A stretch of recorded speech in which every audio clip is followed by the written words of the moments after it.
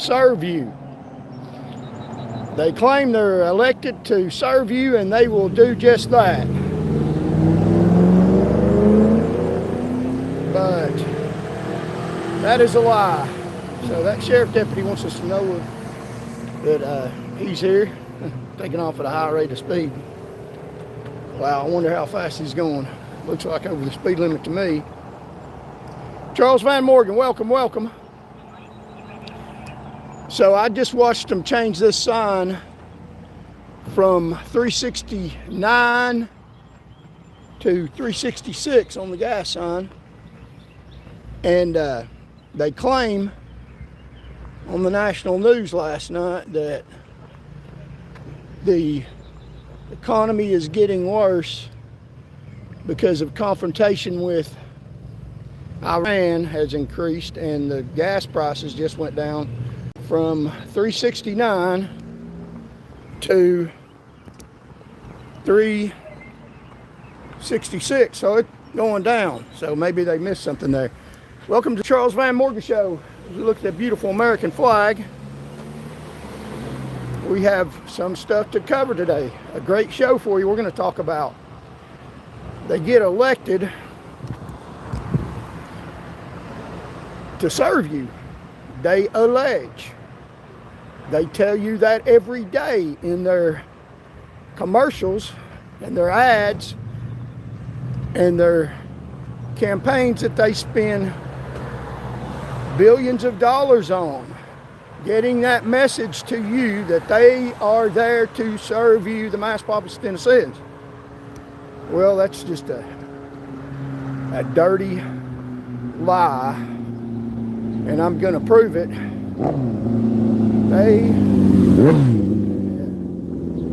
They are there to serve themselves and their small group of constituents that they have promised favors to, that they use their elected positions with the power that you have invested in, that they promised you they would serve you, to pass laws that serve themselves and the relatively few constituents that they have as compared to the mass populations, to write laws in their favor and enrich themselves and keep them out of jail, a small group of people.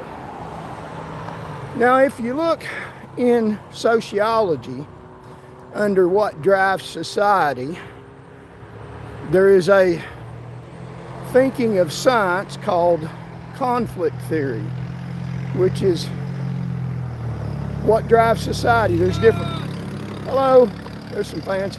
There's some different thinkings about why do things go, what makes society move, and there's different theories, ideals that explain things. One of the best ideals that I think that truly explain things is called conflict theory. And you can look it up. I'm not making it up. I didn't invent it. And it explains what drives society, what makes things play out the way they do. What's the driving force behind things? And I think the most reasonable explanation is under conflict theory, which basically says that people form groups, and they do. We're social people, we form groups. And groups together fight for scarce resources. There's scarce resources in society, and these formed groups fight for those scarce resources. And the group that wins power hoards the resources and keeps them for themselves. And that is what drives society. Society forms groups. Groups fight for scarce resources. They fight for government power, for wealth and privilege and fame, and to be able to control the criminal justice system in their favor. It's under conflict theory that groups compete. They're in fierce competition with each other. You see it played out right now in the Democrats and Republicans fight for, they formed a group, Democratic Party, Republican Party. Now there's other parties in between, but they're not well formed enough, which is my endeavor to well form the left out mass millions of Tennesseans. If we can form a group, then we vastly outnumber them, and we can outpower them and fight for the resources that they are hoarding, because they allege to you, of course they do, that they're serving you, the mass populace of Tennesseans. And no, they're not. My allegation is they are lying to you to serve their group, their party. The Republican Party serving the people in the Republican Party. The Democratic people are serving the people in the Democratic Party. And according to studies, scientific studies, they're a relatively small group of people that control the mass populace of Tennesseans. And when they get in power, they control the other party to a large extent. And right now what you have is either one of the parties, they still have power, getting a little bit of the upper hand in power, and the mass populace of millions and millions of Tennesseans are left out and lied to. They claim they're going to get in power to serve you. They're really getting in power, and it substantiates conflict theory, because they formed groups. There's even groups within the Republican Party, groups within the Democratic Party, and they formed groups to serve themselves, and they lie to you. They bold-faced lie to you. I mean, remember, read my lips, no new taxes, and then he went on to raise taxes. I mean, just bold-faced lies to you. So I wanted to mention, we had a former governor in Tennessee who's really still the governor. Governor Bill Has-Been, what I like to call him. Now, he was the governor of Tennessee, started in 2011. Now, back then I was drinking the Kool-Aid. I thought that they were out to serve the mass populace of Tennesseans. I actually voted for Mr. Bill Has-Been because he represented the values of the main litmus test of the Republican Party. Now, I don't like all the ideals of the Republican Party. There's some core ideals that I can't deviate from morally, ethically, and I got a right to vote that way. And some good beliefs of the Democratic Party, but however, some of the core beliefs they violate, and so I can't go along with that either. So I'm out in the middle ground with millions and millions of Tennesseans, I believe, for the most part, which is not an organized group, because they've fooled you into believing that they represent you, and they don't. They represent their little small party that's got people bluffed. So Mr. Haslam lied to people. He said he was going to serve the mass populace of Tennesseans, and he spent millions of your money in donations, in convincing the public that he was for all of us. But when he got in power, he served the Democratic Party and himself first. He served himself first and served the Republican Party.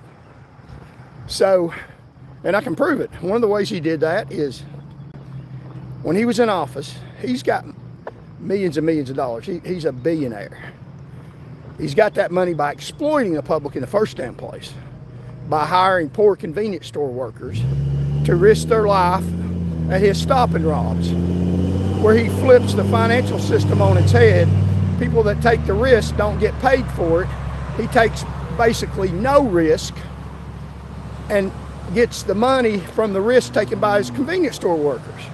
Real good job at that.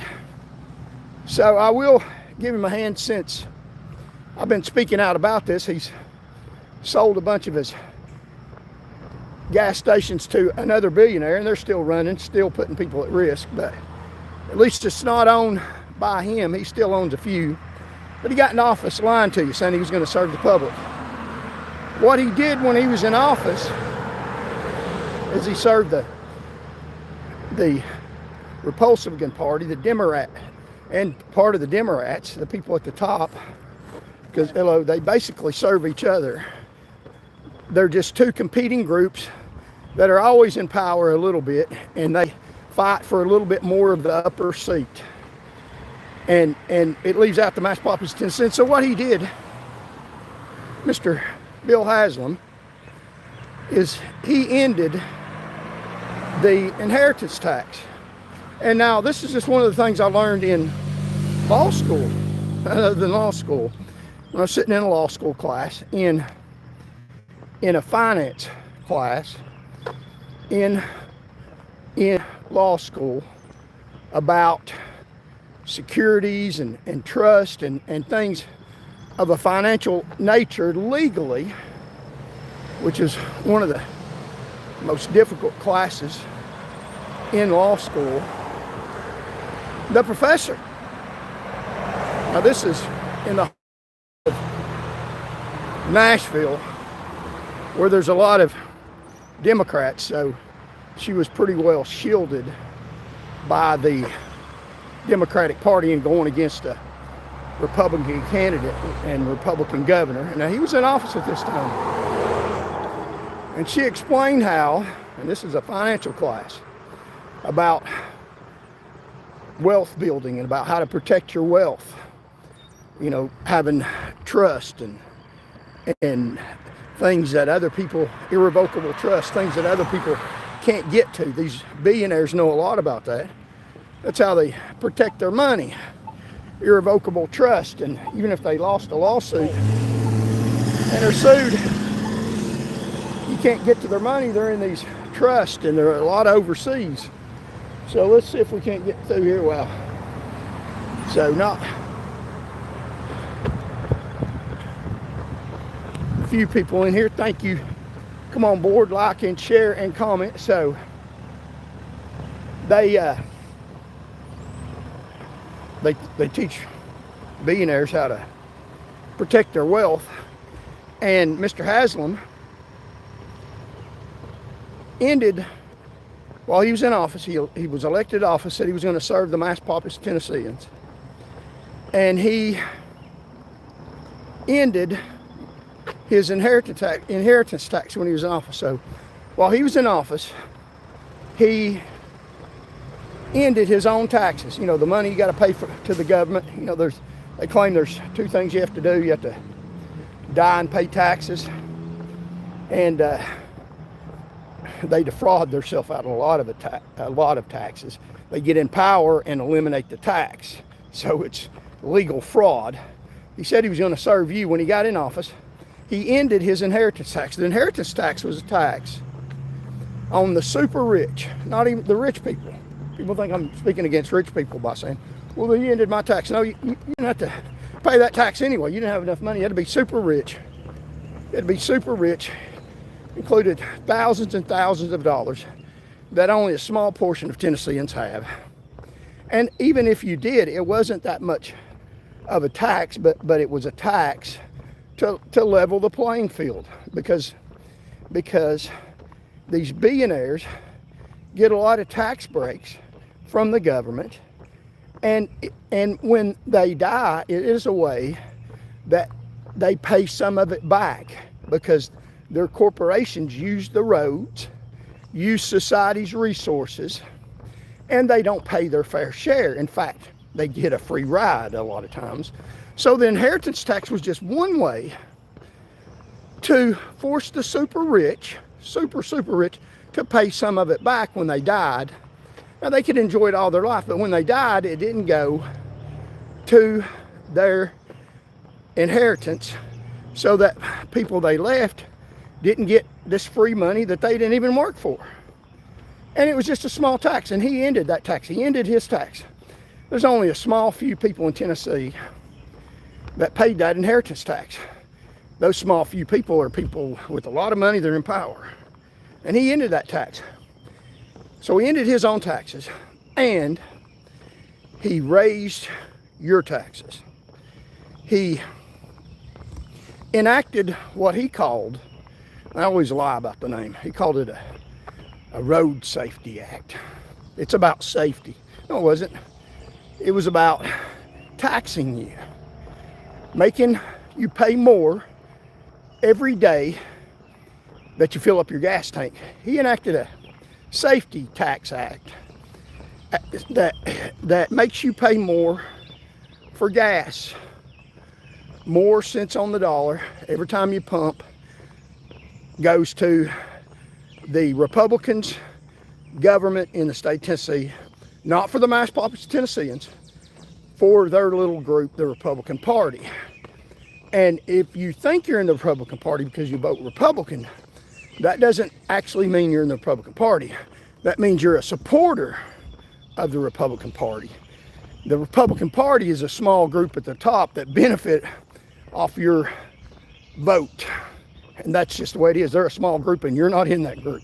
You aren't one of the billionaires that got a inheritance tax break. You would have never had to pay that tax because you and me, the mass population of Tennesseans, don't have the money. So he ended his own tax and his constituents' tax.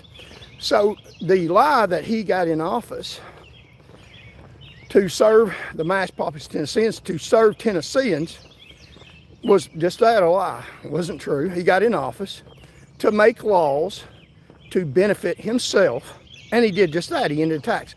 I didn't say that.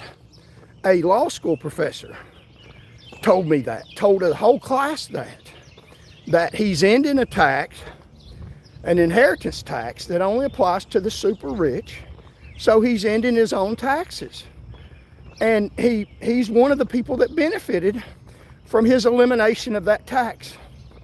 Isn't that amazing? Gets in office, promises to serve Tennesseans. When he knocked on a few doors that was hand-picked, that he'd already had people go to and staged it, I guarantee he didn't knock on 40,000 doors like me. And he had paid people out lying for him. He didn't tell them, when I get in office, I'm going to end my tax. I'm going to end my tax burden. I'm going to be able to give my money to my children that haven't worked for it for free. So when I die, when he dies right now, if he were to die right now, he would pay no inheritance tax on his billions that he's got out of Tennesseans. Tax-assisted businesses, just like Bill Lee, tax-assisted, tax break businesses. They get tax breaks in their businesses. They get no taxes, inheritance tax when they die. So it isn't true. Two things you have to do. You have to pay taxes and die, because the rich don't have to pay taxes. They eliminate their taxes. They get elected to public office and eliminate their own damn taxes. That's what he did. In order to make up for that, somebody's got to pay for the taxes. Somebody's got to pay to fix the roads. He enacted a gas tax on you that everybody pays for. Now to him, 2 or 3 cents, 6, 8, 10 cents on a dollar now that he enacted is not that much money. Nowhere near the literally probably $1 million that he would have had to pay after he died in an inheritance tax. So he'll pay 2 or 3 or 4, 5, 6, 8 to 10 cents extra on a gallon of gas. It amounts nowhere up to the amount of inheritance tax that he would have been forced to pay had he not won office to serve you, which he's a damn good liar, isn't he? I mean, wow, that's a pretty good trick. So that's what they do when they're in office. They allege that they're going to serve you, and they don't serve you. They go serve their constituents, their small group of people, in their taxes, pardon them, get them out of prison, get them out of jail for offenses that are so blatant that they can't hide, and then tax you, spread the tax burden around to the mass population of Tennesseans, where we all pay a little more because they won't pay any. So the rich don't have to pay taxes. They eliminate theirs when they win your vote. So when you go vote for a Republican, or you go vote for a Democrat, just remember you're casting a vote for them to end their taxes and to raise yours. That's what you're voting for. Now, every now and then, I'm not an extremist. You do have a good candidate that gets through the Republican Party. So I'm not saying that they are all crooked, corrupt criminals. I'm not saying that they all say that they're going to serve the populace of Tennesseans. And I'm not saying that they all do not try. They're all completely deceptive. That wouldn't be true. That would be an extreme view. I'm saying for the most part, that's what the hell they do.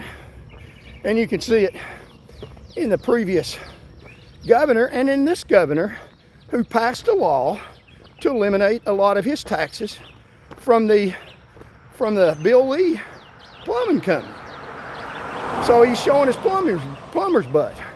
He's ending his taxes to get more wealthy, to protect himself. And you don't see any of the candidates today, except me, and there's more to this than just a candidacy. It's a means of getting the word out to make it hard for them to do this stuff. Speaking about in their political agenda, in some of the things that they plan to do, in making it a fair system across the board, and serving Tennesseans, and taxing the super rich at a fair rate, making them pay their fair share. And I'm not talking about socialism for the poor. I'm talking about against socialism for the super rich, which is what's going on. So they have a article in the news today talking about how the food stamp fraud is astronomical across the United States. And it very well may be. I'm not real concerned with people getting a little free food because the food stamp program is very minute. And we're talking about food stamp. It's not about money, it's about people getting food to eat. And sure, the people that are wrongly getting it should be eliminated. And they claim several 100,000 are getting too much. Wow. I mean, and you know, a famous country song put out during the Republican nomination for president worshiped and served just that agenda, talking about not buying round cakes for a fat man on welfare, promoting that ideal that is the damn problem. Food for the poor is the problem. That's what they want to propagate. And if I speak out against the billionaires in any way, I just hate people that are successful. No, I don't hate anybody that's good. I hate wickedness. And I hate them robbing you all, the mass populace of Tennesseans, and controlling the narrative. Because food stamp fraud is not an issue. It's a minute amount of the federal deficit that even if we got rid of all food stamp fraud, it would not amount to a hill of beans in the deficit in this country that's trillions of dollars. The problem with the deficit is they need to straighten out the Social Security program. They need to fund it. And these are people that have worked all their life. And then Social Security is supposed to be there to allow them to live out the rest of their life. Or people who are too sick to work, literally, and little children that their parents have died. The Social Security program, which is a good program. And that is in danger of ending. I think they've claimed by 2032 they need to do something about that. And instead of dealing with that, they talk about food stamps. And also the government handouts and the bailouts, like in 2008, where they bailed out these automotive companies that rake in billions of dollars, too big to let them sink, but they'll let you sink and focus on the mass populace of Tennesseans because they're an organized group and the mass populace of Tennesseans are either lied to and think you're in one of their groups and you're not, because they're not serving you. Republican Party's not serving you substantially, and the Democratic Party's not serving you substantially. They're out at these No Kings, sponsoring these No Kings protests, and they're the Democratic Party. They're talking about, as they've explained it to me, people in power acting as kings. So the Democratic Party's doing the same damn thing, acting as kings. So what you have is kings sponsoring No Kings protest. Wow, isn't that a pretty good leap to the truth? If you whopping disparity with the truth. People in power are supporting that and getting mass populace Tennesseans think you're fighting something, and you should fight something. You should fight the two-party system that's crooked as hell, and people like Governor Bill Lee, who gets in office, and all these people do. They get in office for the most part to serve themselves and their constituents. And that's why I'd ask, subscribe to this channel, share this channel, like the channel, and don't buy into their bullshit. So I hope y'all have heard me. Just seen my microphone may not have been turned on. So can y'all hear me? Let's turn this around and see. So thank y'all for joining. So yeah, so they get in office to serve themselves, not to serve you. And they do just that. Very good at serving themselves, which is a crock. So like, share, comment. So we're going to talk today about the rigged system in Tennessee and how they serve themselves and don't serve Tennesseans. The political lie that we get into office to serve you, and then they turn around and serve themselves. And we're going to talk about some of the people in office who, after they're out of power, get so crooked that they get charged with crimes. So in the news today is also a story, if y'all can hear me, about the sheriff's race in Knox County. Now there were 4 Republicans running, and this is just a semblance of how it works all across the United States. There were 4 Republicans running, and this is a Republican county. Majority of people in this area are Republicans. This is a red state. It's a red group of people, albeit small, that convince Tennesseans that they're going to serve you, when really they're just serving a small group of Republicans in the party and not the mass populace of Tennesseans. So if you vote Republican, I'm not telling you not to vote Republican. You can vote however you want to. But when you vote Republican, if you believe in this area that they're going to serve you, which is what they tell you, which I'm telling is a lie, then that's not true. The indictments that just come out show you that. Former sheriff, Republican, in office, served himself.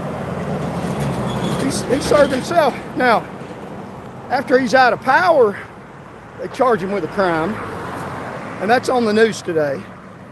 After he's out of power, they charge him out of the crime. Not what I'm saying, but that situation is in the news today. I'm going to frame it in the correct way it should be framed. They're talking in the news today about one of the candidates complained and made a complaint, and the Republican Party heard it, not all the Republican Party, the small group at the top. If you vote Republican, you consider yourself a member of the Republican Party. You're an outside member because the Republican Party don't serve you. You vote so that little circle of friends they got can serve themselves. That's conflict theory. Groups form and they fight for limited resources. There we go. And there's not enough resources to serve you. They're gluttons. They serve themselves. They raised your gas taxes. The Republican Party in Tennessee raised your gas taxes and ended theirs.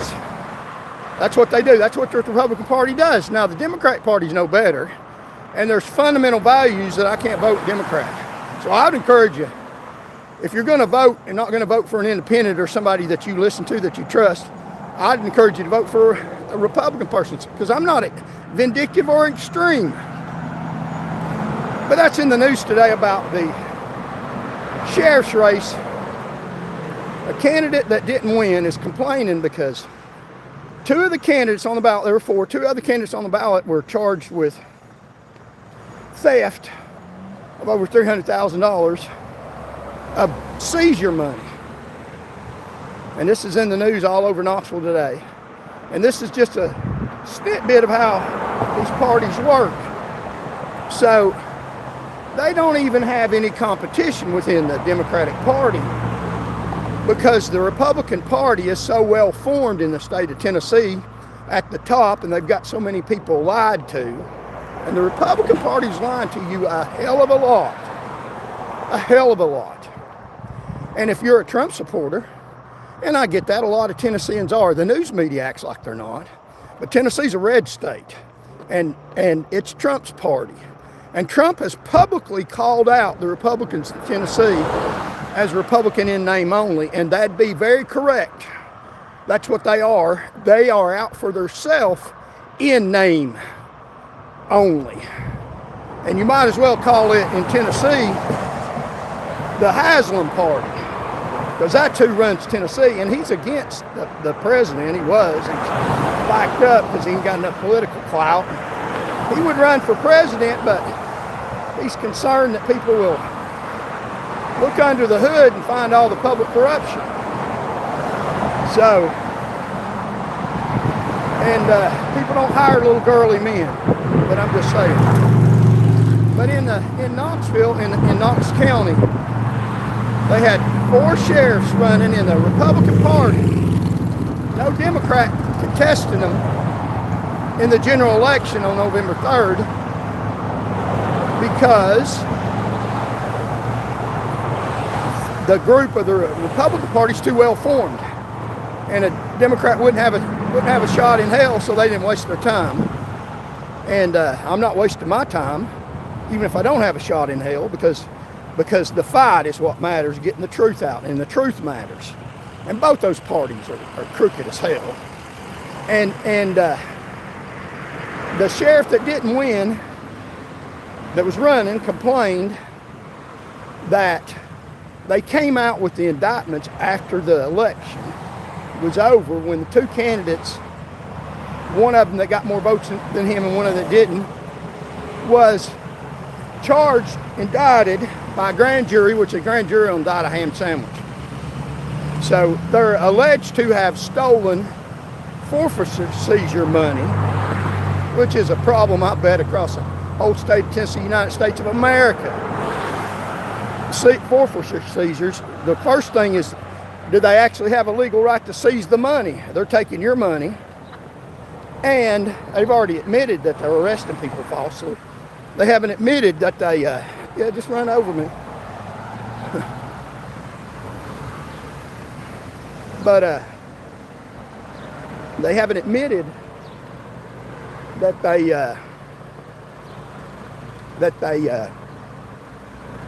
are stealing money wrongfully, which I believe they are. And I know, for example, they're picking on the poor because there's a lieutenant with the Highway Patrol now, probably a captain by now, I don't know, when I was a trooper, that bragged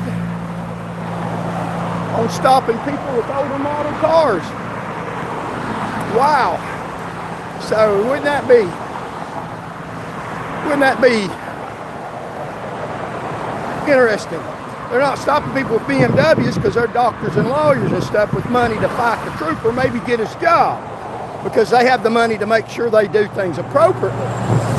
But he was bragging he's stopping people with older model cars who don't have the money to fight. Obviously, they don't have a lot of money in their car. Good likelihood that they're poor people, don't have the money to hire a lawyer or pay a forfeiture bond to try to keep their property. So he seized buku amounts of vehicles for the forfeiture seizure, to go into the state's billfold, this money from the public, and they seize their car and sell it. The money goes to a bank account, and the sheriff in all across the state, all across America, has that little bank card that comes from money from stopping the poor. The mass populace of Tennessee is, if you're not a billionaire, are you riding in a brand new car? That might be the reason you get stopped. I'm just telling you, I'm from the inside. I know how they do. And it's not for you, it's for them. They are stealing your money in forfeiture procedures. That's been known for decades. Nothing's ever been done about it. They sit on the southbound side of the interstate because the northbound side has the drugs. They claim they're concerned about people dying and getting on drugs and dying. If that's the case, why are they not on the northbound side where the drugs come up from the ocean, from Florida, from Texas, and go up all across the United States north? That's where the drugs are going. So if they were concerned about people's safety and health, people running for office, they have control over where troopers sit and what they do. I guarantee you they have more control over things than the trooper on the street does. A hell of a lot more. And what they want the trooper on the street to do is put money in the seizure forfeiture fund that they have complete access to. That allegations here recently are saying, and my personal opinion is that they're true, that they're taking that seizure money instead of using it for a law enforcement function, because they're supposed to use that seizure money to buy police cars, to buy stuff that will protect the public. And that's the thinking behind it. They get money from criminal activity. We take their money that they use for criminal activity and use that money legally to fight their criminal activity, which is the theory behind it. But the truth behind it, I'll just tell you, I used to work in law enforcement, the truth behind it. And I didn't seize people's cars. I got orders to, because I wasn't seizing them, because I was more concerned about saving people's lives, getting them out of a car when they're drunk. So we'll explain to you what they're doing.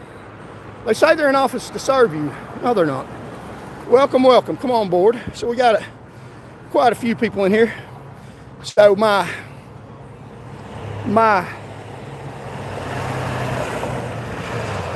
messages are not coming through, so we'll have to check out that, so I can't answer any questions.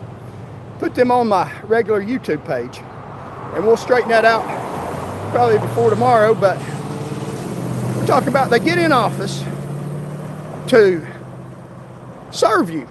That's what they say.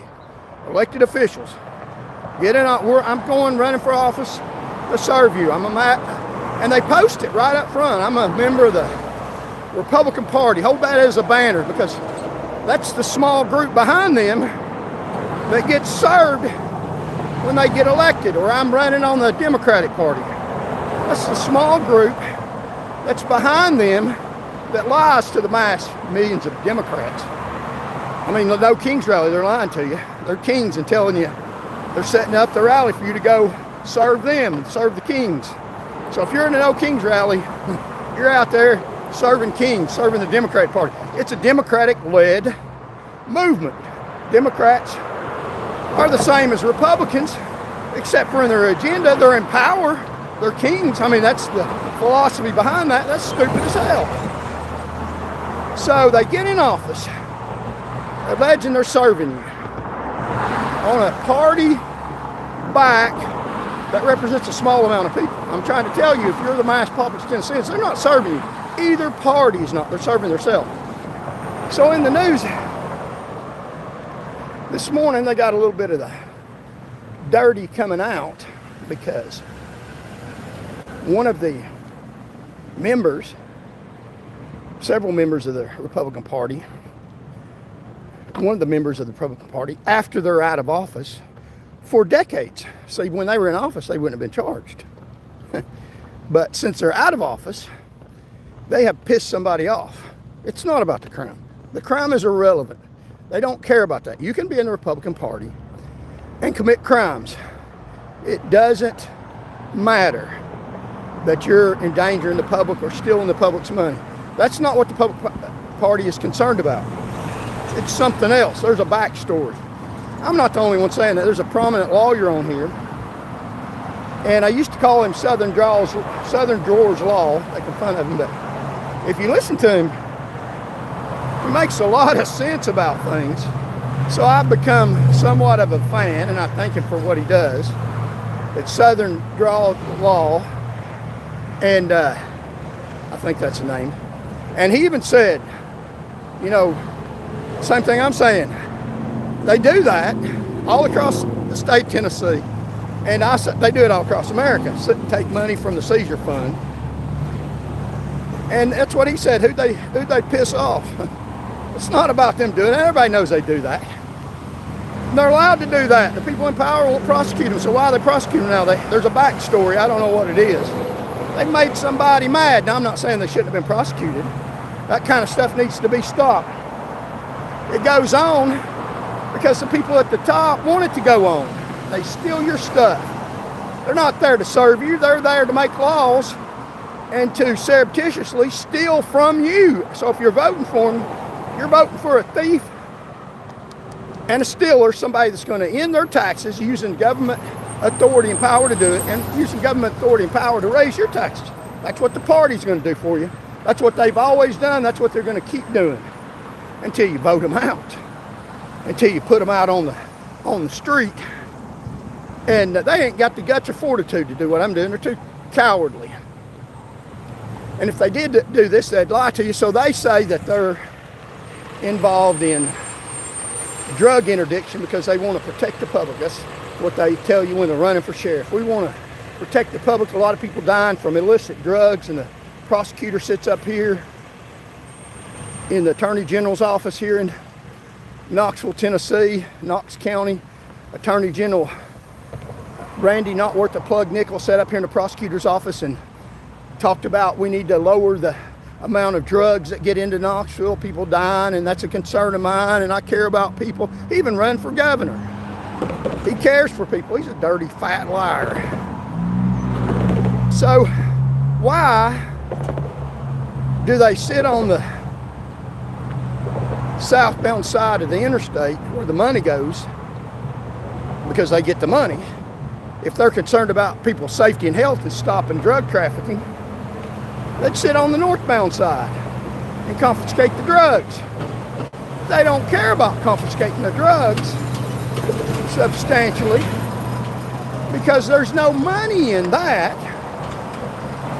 And they're probably afraid they don't want no part of the drugs. They're on the southbound side where money goes down, back to foreign countries where they can pollute America and kill our families. And I get it, there's people making that decision. People making that decision to take drugs, and it kills them. And they get enough drugs off the street to keep people alive. And sometimes they try to, but there's an epidemic and they're not doing anything about the epidemic. What they're doing is what's going on in the news in real life time is they're collecting the proceeds of the drugs after the drugs are consumed, putting it in a bank account. They've got the card. They're not using that money to fight crime, which is what I did. They accused me of things. I didn't have time to do other things. I was too busy fighting crime. There's plenty of it. And when you see little children get killed, as I've seen, you realize the seriousness of it. You ain't got time to be cheating, robbing, stealing. If you're a person of any character, which I was, and they're not. And they're not. I know they're not. I've seen these people face to face. up close and personal, they're worse than the drug traffickers, because the drug traffickers don't swear when they're running for office to protect you. Boy, I get some strange looks. It's all right. Oh, I'm going away. You hurt my feelings. Some people are so stupid. Stupid people think they can shut me up. It don't work. I don't have to. You can say whatever you want to say. But what they want to say is me to shut up and them to call us stupid. Well, it doesn't work that way. You can call me stupid all you want to, but I'm not shutting up. In fact, I'll call you stupid. So, but I'm pointing out they're stupid. It's not hard to figure out. Pointing out this government corruption is not a hard phenomenon. It's not a hard thing to do. The hard part is figuring out where to start. There's so damn much of it. And it's at horrific, historic levels in the United States, specifically in the state of Tennessee in America. Today on the news, they're talking about a rigged election. They say there's no rigged elections. Elections are fair, free and fair elections. Well, there's a discrepancy broadcast on the news. Now, they don't frame it as a rigged election. They don't say that. Oh, don't say those dirty, truthful words. No, we won't say that. But they do admit that there's a pissed off candidate, justifiably so, because I'll say it, they rigged an election here in Knox County, Tennessee. They rigged an election. They sure did. It's clear as a bell. One of them saying that in so many words, he don't want to piss off the people in power because they'll have him arrested or maybe try to kill him. The news media has to speak to the candidate complaining, justifiably so, about what I say is a rigged election. Now, he didn't put it in those terms, I will. But he didn't want to speak to the news media after the fact because he's probably afraid he might be angry enough to spit out a little truth, and that would hang him out to dry for the rest of his life to tell the truth. And that's where I'm at. They think they're hanging me out to dry. Well, you already did. I got nothing to lose. But to be truthful and honest, which is exactly what I'm doing, as you look at the beautiful view, so my microphone, I don't know if it's staying on or not, but we'll turn on another one if it's not. Hopefully y'all can hear me. I can tell by the number of views I got sometimes. So turn on the other mic. As you look at the beautiful view in the, I'm not going to say where I'm at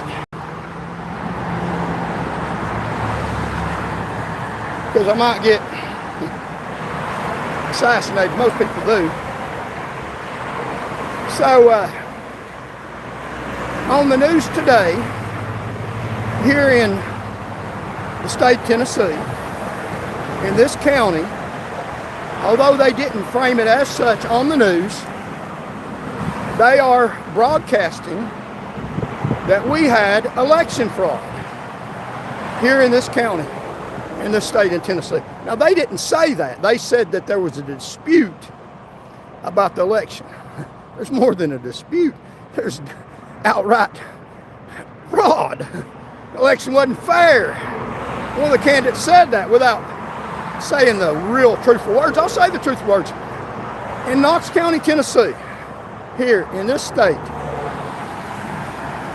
the sheriff that was elected was not elected legitimately in a free and fair election. There was fraud involved in his election. Now, he didn't say that. He read from a statement that he talked about that they ought to have the will of the people and he should be the nominee on the ballot, with nobody running against him, because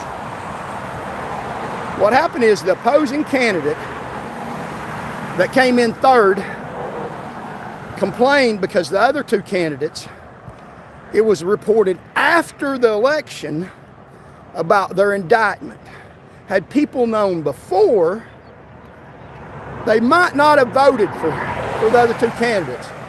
they might have voted for him. So he might have won the election, which is accurate, because why did the public not have the information about the other two candidates be involved in stealing, allegedly? But I mean, we can go and find the evidence all over this county by a hunting site that they built a place for hunters to hide. We'd have to ask for permission to go in one of them's house because he repaired his commode with seizure money. Either his commode's there, it's not. He probably replaced the commode by now, I don't know. And new cars fixed up, antique cars fixed up. Evidence is all over the damn place. While officers are supposed to be working, they're working on antique cars for these rich people. But they got elected to serve you. And people in the mass populous Tennessee didn't know that when they elected the other sheriff, although he's both of the two candidates that were there, and the one was complaining, neither one of them were charged or indicted for stealing seizure money. But the allegation was that the public was kept from information that people in office, public authorities knew, and they withheld that information, thereby affecting an election. That's called election fraud, election interference, withholding information from the public about an alleged crime that they have been indicted for, not telling the public until after the election was over. That is something the public should have known. And we're not talking about an incident that just took place a few months ago where they didn't have time to know. The fraud is playing out by showing you. The time is what shows you it's fraud. And there was plenty of time for them to tell the public and inform the public of what was going on, that people in charge at the Knox County Sheriff's Department were stealing money from two ways. I think they're stealing money illegally from unlawfully seized vehicles on the front end. And then on the back end, they're taking that illegally seized money, a lot of it, and a lot of it's illegally seized, your money. You already know they're arresting you falsely. Are they seizing your car falsely too? They haven't said that. I'll say, yes, they do. I know for a fact, I've seen from the inside. Officers get promoted, not for getting drugs off the street. For public safety, they get promoted for their dollar value in seizures, the number of cars they seize that they put into the pot so these rich people at the top of these organizations can remodel their houses and fix their antique cars. It's not about public safety. It's not about serving you, what they run for office for. I'm sure if you'd asked the former sheriff, what was he running for office for? He would say, he said in this last election, before he got indicted, that nobody knew. People that voted for him didn't know he was about to get indicted. Some of them didn't. Some of them didn't care because they're a member of the Republican Party and he was going to do stuff for them. That was their inside man. They didn't care what the hell he did. But he ran saying that he could run the Knox County Sheriff's Department boots on the ground from day one. He could rob people, allegedly boots on the ground. From day one, he'd start robbing you because that's what he was doing when he was in office. When he was in office before, so he was going to do that some more, and that's what he was running on. That he knew how to protect the public, and he could do it from day one because he'd been doing it. What he'd been doing allegedly is stealing seizure money and using it to fix his commode, buy himself a blind for hunting, and all kinds of other stuff. Some of them paying for weddings and all kinds of stuff out of, I say, fraudulently seized money off you. So you're driving down the road. Imagine how practically how this affects you. And it's playing out in real time. They're not framing it this way because they're framing it in a way that makes them less off the hook than they need to be. I'll tell you the truth, because I know the truth they say about me. They call me a dirty, rotten scoundrel. And I'm saying symbolically, like Clint Eastwood said in the movie, not really, symbolically, they say they're going to kill me, and they tried to literally kill me. And I'm just saying symbolically, no, I'm here to kill you. See, they think, and that's symbolically, not reality. Let me get that right, TBI and FBI. Politically, I'm going to try to destroy them. That's what I'm here for. Truthfully. They think they're hunting me, I'm hunting them, like Clint Eastwood and Outlaw, Joseph Wells.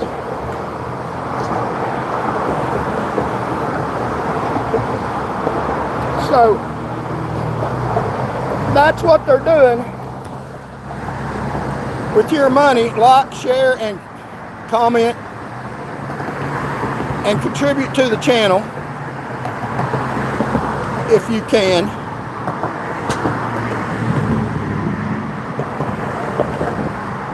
So, I appreciate you all showing up. And we're going to talk some more about people saying that I'm getting elected to serve you, the public, when they're getting elected to serve the party and their constituents. Isn't that amazing? And it played out right this morning on Channel 10 News and all the channels. The Republican Party had a meeting to decide if they were going to put the other candidate that complained on the ballot too, even with being able to write his name in, because he was complaining because people weren't privy to the information that two of the candidates were being accused of stealing seizure money. And the public wasn't aware of that. And they got a lot of votes, and he's saying that people wouldn't have voted for him. They could have voted for him. So he's saying, not flat out as blatant as I am, that there was election fraud. And that's what I'm saying. There was election fraud. Now, there was election fraud because they knew that these people had been stealing money. Now, allegedly, they haven't been convicted yet. That's an allegation, and they got proof. And doing all kinds of things. On the job, while they're supposed to be out protecting you, repairing their antique cars, and fixing their houses, paying for weddings, and buying people watches. And one of the persons involved admitted to fraud, pled guilty. And the thing is, the time is why that was election fraud, because this started happening in 2011. That just happens to be the year that the state got rid of me, and I wasn't seizing cars and living off seizure money. I literally was ordered, because I wasn't seizing people's property, because it's an officer's choice, I was ordered to seize people's property. Because they want you to take people's property so they can sell it and build them a big bank account so that they can use it to buy whatever the hell they want to do with it.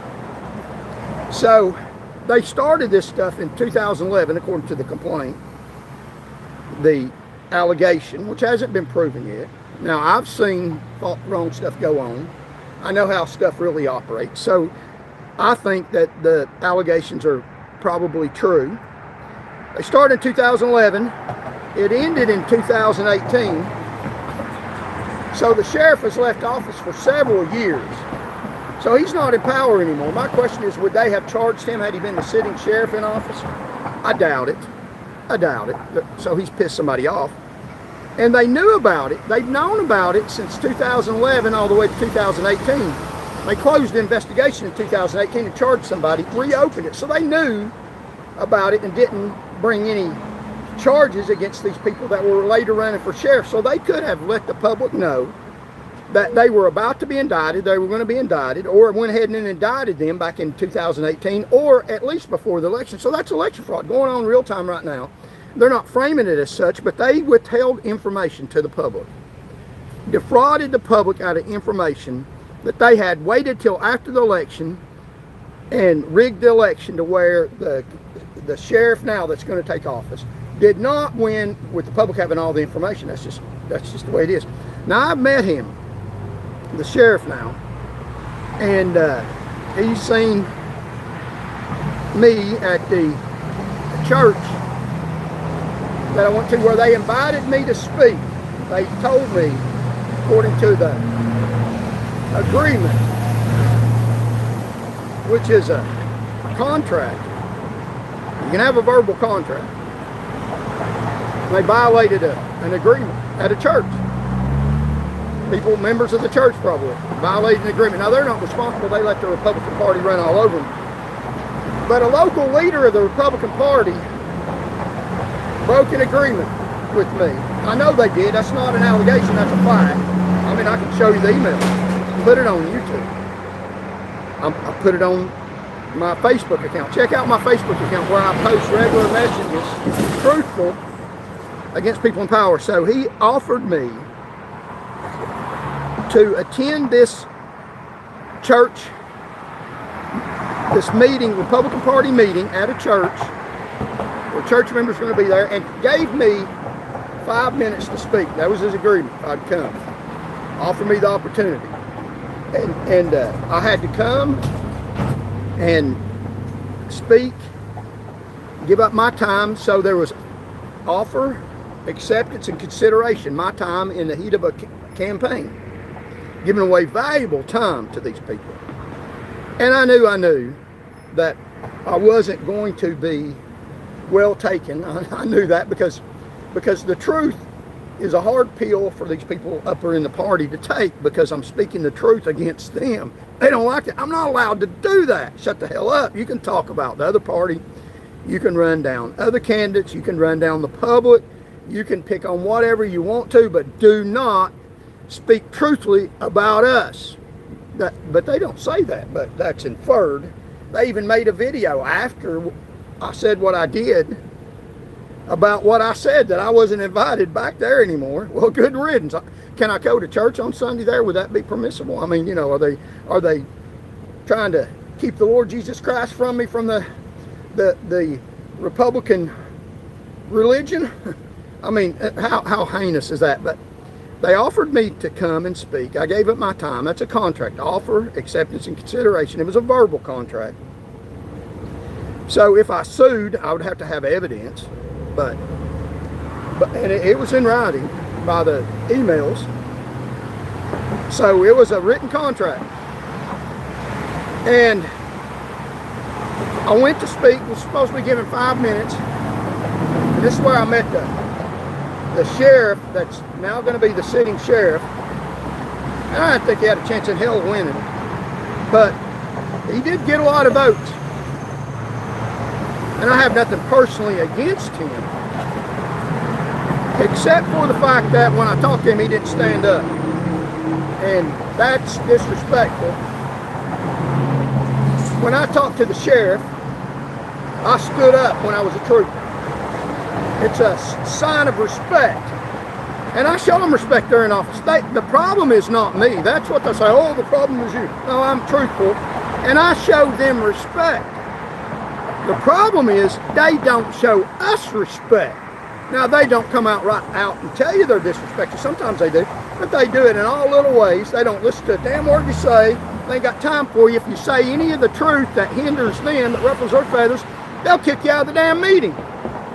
So I went up to shake hands with him. I worked the whole room. I shook hands with everybody. I'm not afraid of anybody. I'm as friendly as you can get until I can't be. And that's what they don't like. They want you to be friendly when they're stomping on you. And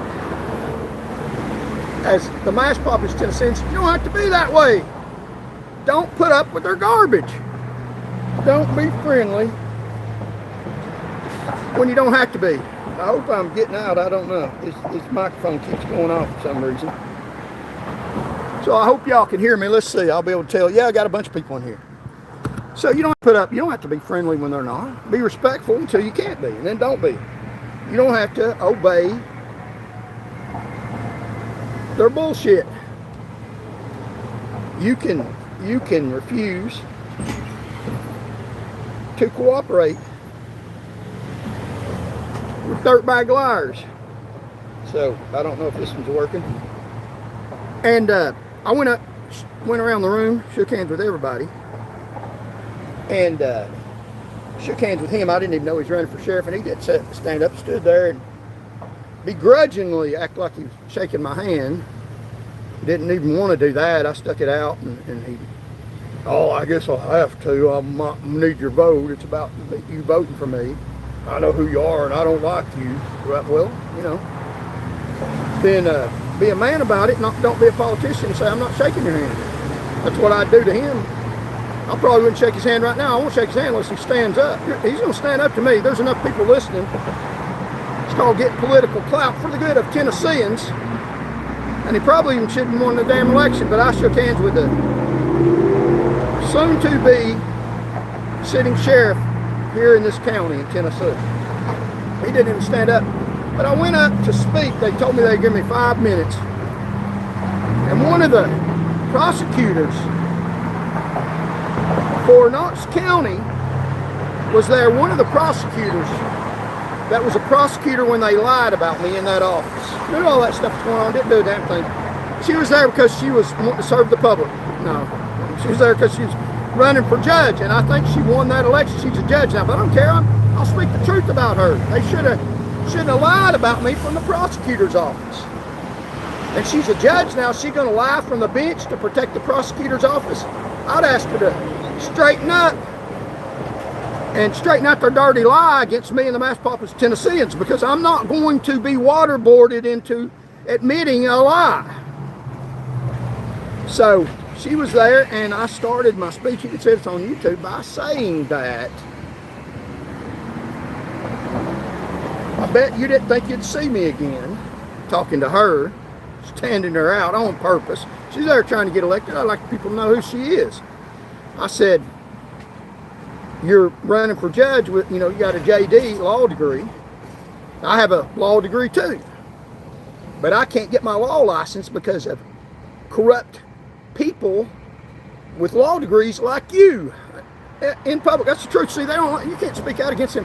One of the Christian people in the church, a African-American lady, I mean, they want to stand up on Rosa Parks. We're not going along. But when a white person, it's a reverse racism, doesn't go along, and they're right too. And I wasn't even breaking any laws. Rosa Parks broke a law. That was the law then. She broke a law. And I'm not saying she should have or shouldn't. The civil rights movement was a good thing. But I'm saying I didn't even break any law. They gave me 5 minutes to run for public office. They just tell you how to run. You got to praise them to run for public office. Hell no, I'm not running for public office that way. I got to stand before God one day. And that sissified sheriff that doesn't have enough energy to stand up and face a man eye to eye and tell me he won't shake my hand. Maybe he's afraid of me. I don't know. But that's a good thing. We got a sheriff now that's a chicken shit, fake. Says he's going to do right by Tennesseans. Read a speech in that hearing the other day. But I explained the truth. They said I was being rude. Took up my time. Told me what to say. That wasn't on the agreement I had with them dirtbag fools. And they later made a video the next day saying I wasn't allowed back there. You know why? I'm not allowed to speak in the Republican Party anymore, although I'm a stauncher supporter of the president substantially, and I usually vote Republican because I talk about their dirty politics in the state of Tennessee. Even with their own party, they have admitted that they rigged a damn election. Go figure that. They claim that they have free and fair elections and have admitted it. It's on television today. One of the candidates saying, oh, hell no, you don't, but he's not brave enough to say it like me, they rigged the sheriff's election in Knox County, Tennessee. The sheriff that's being indicted, I could have told you about him. When they took my job from me, the prosecutor, and that lady that was a judge there now was the member of the prosecutor's office. The prosecutor, Randy Not Worth a Plug Nichols, and I'm getting out of the way, people lied on me. He said that some horrific, evil, wicked things about me. Knew it wasn't true, and then took them back, saying, well, I don't know that's true, so I'll take it back. Under oath, in a legal deposition, and lied about me, and backed up Bill Goober, who was still in state resources himself, and Sheriff J.J. Jones hired him after he retired from the prosecutor's office. After he retired from lying to people saying he was serving you, protecting the public, he was protecting the sheriff who was stealing money. After the attorney general here in this county retired, Randy Not Worth a Plug Nichols, he went to work for the sheriff's department because they protect each other. They don't protect you, they protect each other. So, it's not the critic who counts, people criticizing me. It's the man in the arena. It's the man or woman, or I'll put it this way so people know I'm not sexist. It's the woman or man in the arena. And I'm in the arena, I'm on the ballot. Real live time fight. The ideal about losing does not reflect on a person's character. So,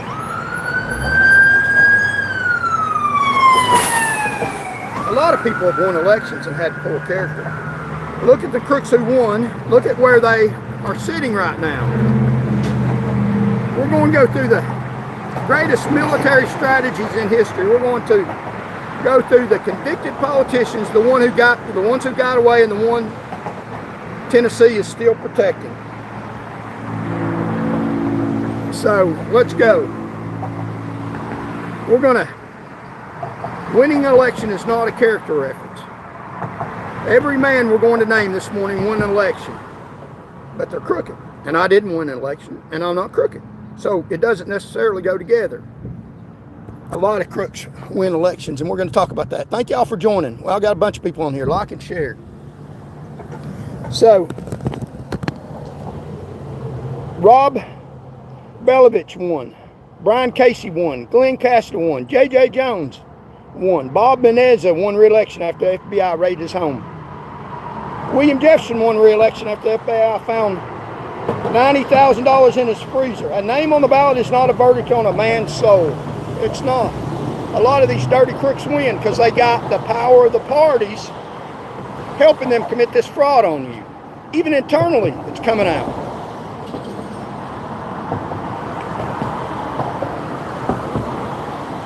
However, so quietly, on the news today, they're not telling you that, but election fraud in Knox County, Tennessee. It's not a name on the ballot. The voters did not know what I know this morning. You'll know what I know.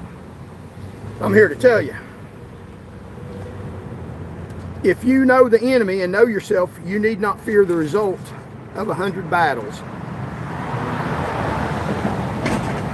Sun Tzu was a Chinese general writing 2,500 years ago. The art of war is still taught at West Point, still taught in law schools, and still taught in business schools. Because the principles do not age. And there's some new ones. I know what the board put in writing. I know what Bill Gibbons did with state troopers. I know every docket number. I know every donation. They thought I wouldn't do my homework. Sun Tzu said, know your enemy. I do. The problem is not knowing them. The problem is knowing where to start. There's so much corruption. We're going to talk about a little bit of it today. The supreme art of war is to subdue the enemy without fighting. Get them to surrender. Propaganda does that. I don't need a gavel, I don't need a badge, I need a bridge and a camera and the truth. When I put my name on a dollar amount on this screen, when I document that the Sony family gave $16,600 to Bill Lee before the AMS explosion killed 16 workers, I'm subduing without fighting. The record does the work. Sun Tzu understood that 2,500 years ago before Bill Lee ever held a press conference. Putting out the truth, subdue them with truth. Victorious warriors win first and then go to war. Defeated warriors go to war first, then seek to win. I passed the bar in 2019, denied.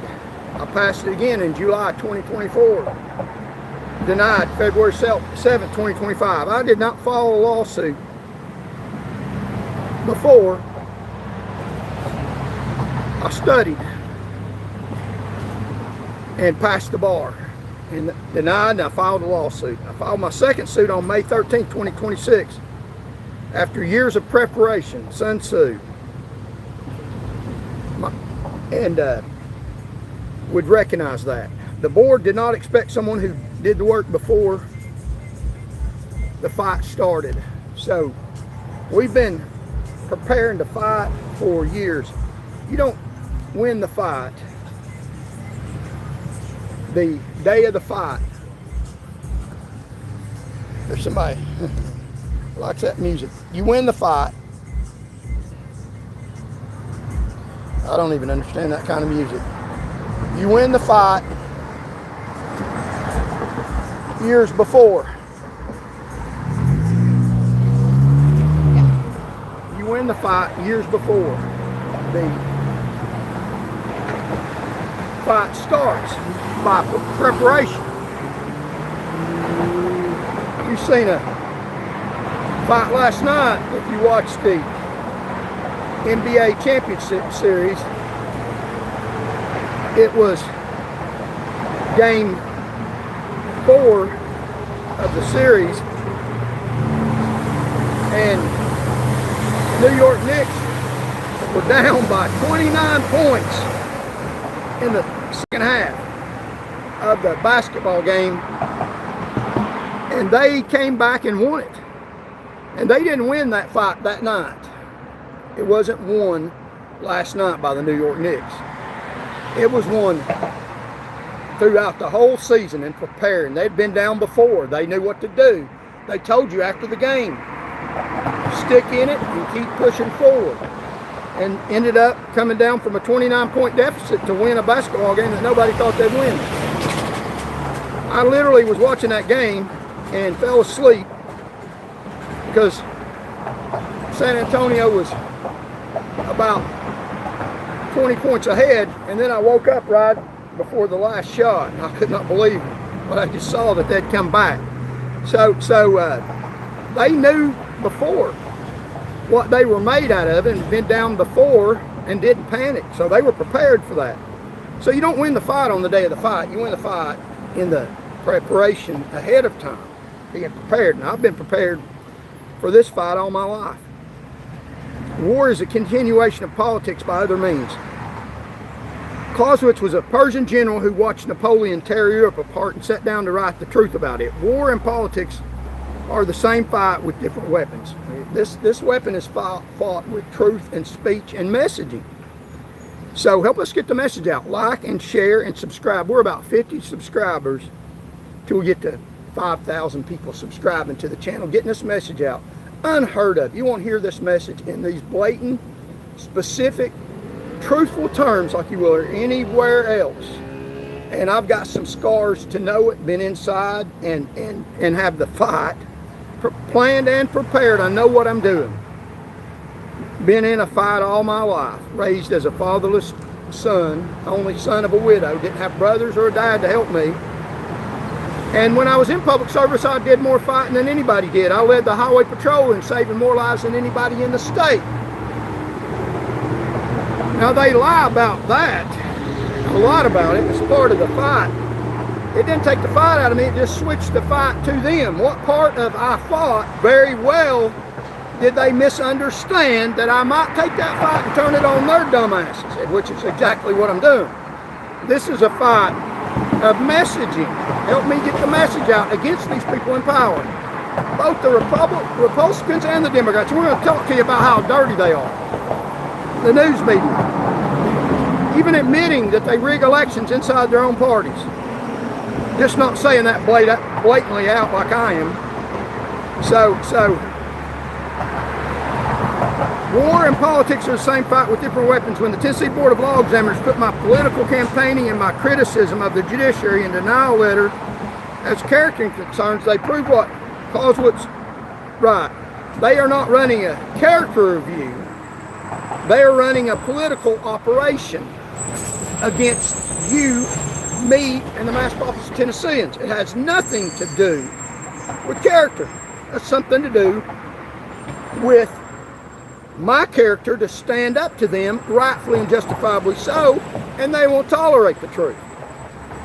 They are not running a character review, they're running a political operation. He called it before any one of them were born. This is about politics. Their law licensing scheme is a political scheme. If you benefit them, that's right. If you run for public office criticizing them, justifiably, they won't give you a law license. They've admitted that in their own damn writing. Never interrupt your enemy when he's making a mistake.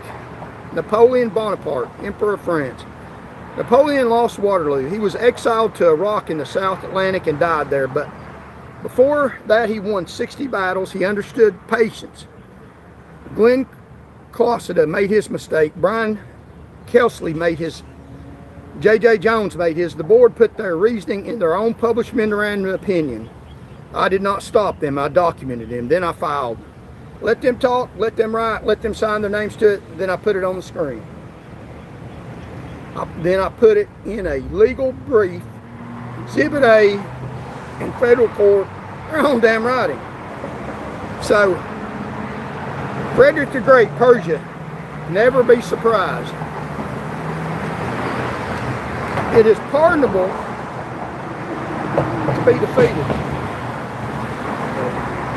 but never to be surprised. Patrick the Great, King of Persia, 1740-1786.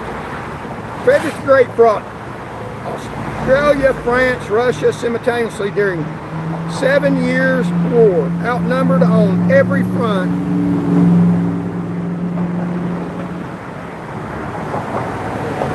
So I hope y'all can hear me. I don't know why my microphone's going off. He did not. Let's take it off.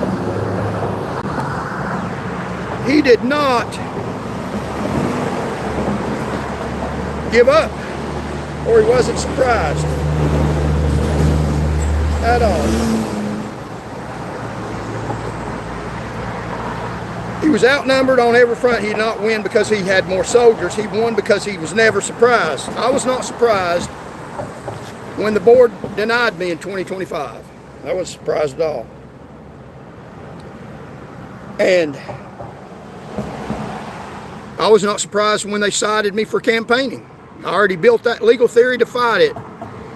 Being defeated is pardonable. Being caught off guard is not. I was not caught off guard. I caught them at their own damn game and knew they would.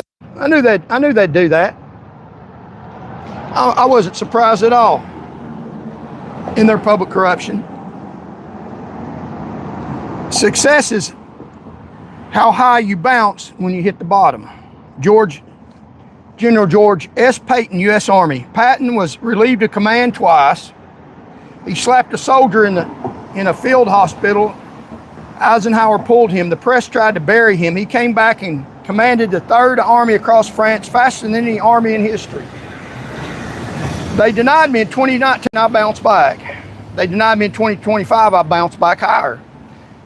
And I filed 2 federal lawsuits against them, building on the second one, and not stopping anything that I was doing legally that they challenged me to stop. Because if you're doing right, don't stop, don't quit, don't let them intimidate you. That's one of their biggest weapons, intimidation of the mass populace of Tennesseans. I'm not intimidated. Now I'm running for governor. I'm standing on this bridge almost every day, getting a message out. Peyton would understand that. I'm also broadcasting on the ballot and with the federal civil rights lawsuit. The strategist,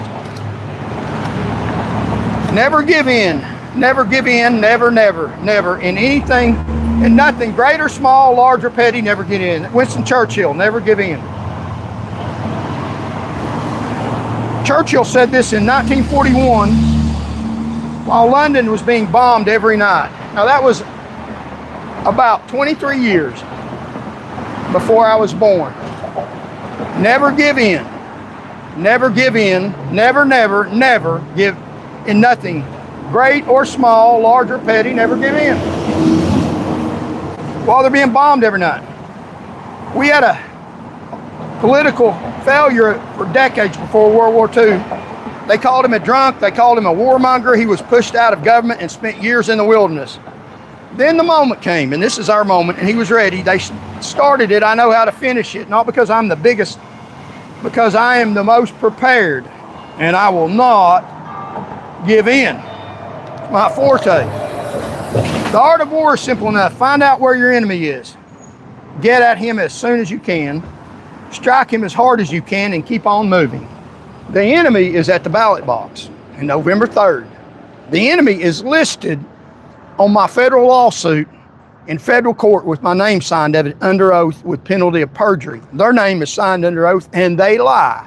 And using my money to facilitate their lies and your lies, keeping you from being defended by someone who's not a double agent attorney. And that's what they're doing to you. Worldwide, you need to know that.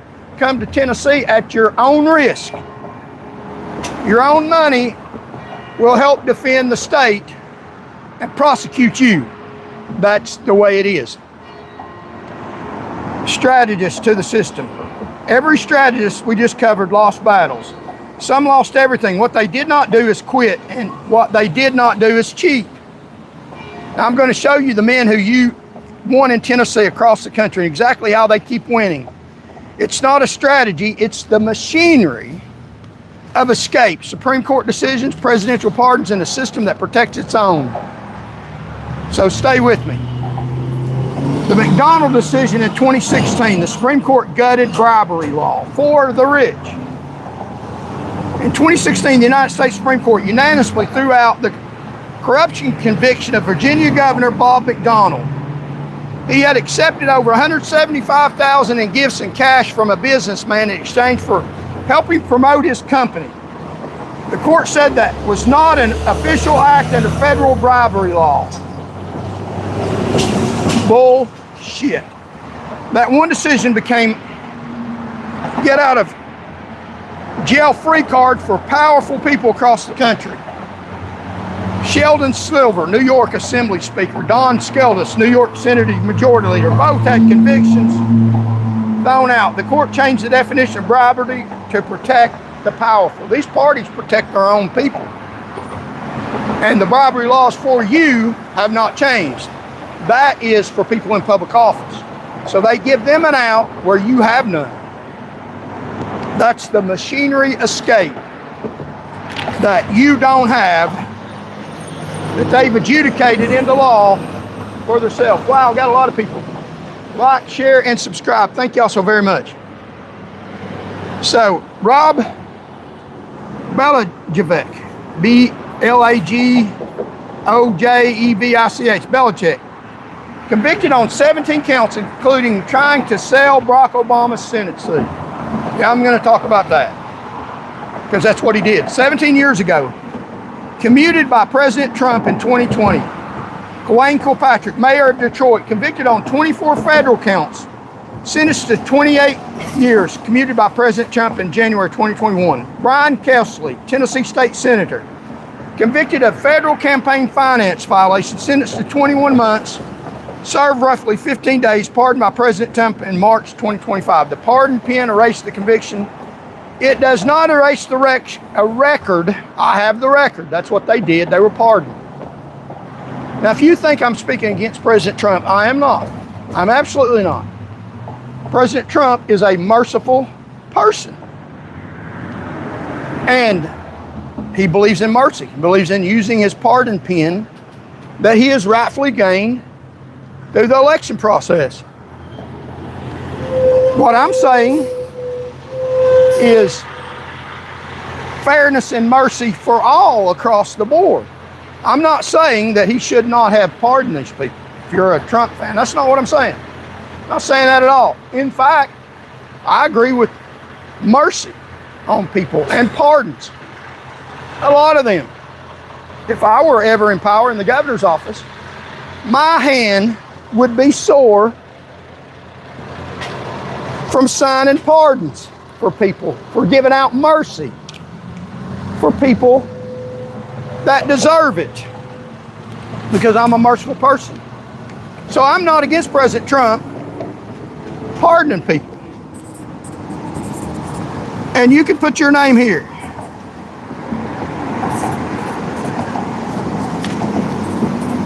You can put your name there, and here's what I will do. You can put your name here, pardon, whatever your name is, pardon. You write your name here. Pardon, and my name right here. I'll write my name right there. I would pardon a lot of people, so I'm not against Donald Trump's pardons of people. The record still stands. We know what they did. I'm for pardons for all, not just politically connected, but I'm going to politically connect you all to the pardon system. Mercy for you and your family. How about that? A lot of people that are convicted of felonies that can't vote, let's unconvict them, pardon them, and give them mercy too. That's what doesn't go on. A lot of political candidates talk about, oh, you don't pardon them, don't pardon them. I don't agree with that. I agree with pardons for a lot of people all across the board. Our jails are more full in the United States of America than they are in the world. More mercy and less toughness and harshness, except for people that deserve it, like mass murderers and people who do heinous stuff. Faster punishment, faster death penalty. So all those people, they still have a record. The sheriff's problem, nobody is watching. Sheriffs are constitutionally defined in most states. They control their own budgets. In many states, no clear authority oversees them. A political scientist at Tulane put it plainly: large budgets and little information creates an environment where corruption is certainly possible. You think? If not probable. You think Kevin Cardley, sheriff of McCurtain County, Oklahoma, caught on tape in 2023 discussing killing 2 local journalists. Discussing lynching the Oklahoma Attorney General, discussing lynching people. The Oklahoma Attorney General said the law had no provision to remove him. He kept his badge.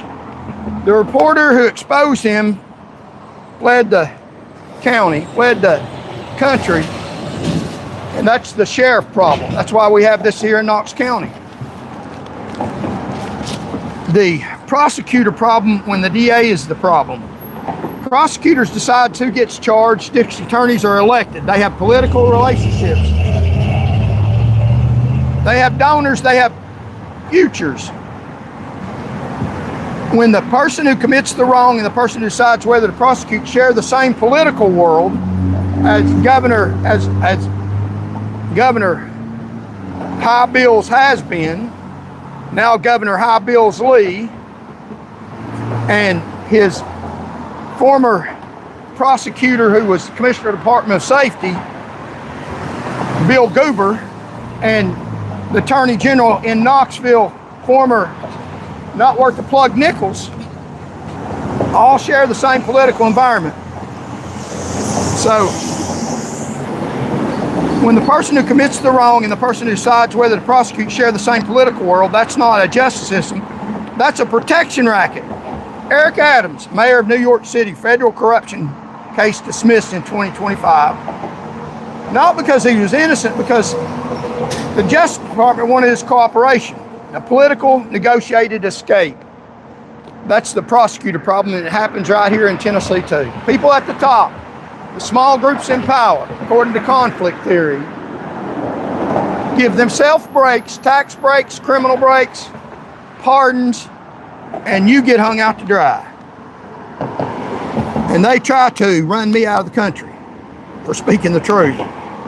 And they forget I run to trouble. I don't run away from it. Ben Menendez, United States Senator from New Jersey, convicted July 16, 2024 on 16 counts of bribery, acting as a foreign agent for Egypt, extortionate obstruction. So he committed an act of treason. A sitting senator. Now, he got elected. Woo, great, powerful man, won an election, and I didn't, but I'm not committing fraud, wouldn't have committed fraud if I got in power. I wasn't committing any kind of fraud or crime when I was an officer in the state. I lowered the fatality rate, so it's no shame in my game. He should be very ashamed. When the FBI searched his house, they found 13 gold bars, $486,461 in cash. These are the people that you're elected to public office. Cash jammed into his pockets, into his boots, into bags and boxes. That's an elected official. He got people's vote. He's good at being a politician, good at bragging on the Republican Party. I'm not. I got kicked out of it. They didn't even let me finish my speech at a Republican Party where they invited me to speak. They thought I'd go along with the program. Hell no, I won't go. I had somebody taping it because I knew, the first thing I said, I wanted to tape in case somebody throws a rock, because I knew they weren't going to like what I said. Everybody says, I'm not your regular politician, then they go out there and praise the party. Well, I'm telling you, I'm not your regular politician. The parties are dirty as hell. They don't say that and call them out by name to their face where they're at. When you're 6'2", 240 pounds, you can do that. Although I'm getting a little older, I might want to be careful. But I'm not just saying, I'm telling you, before I have to throw down.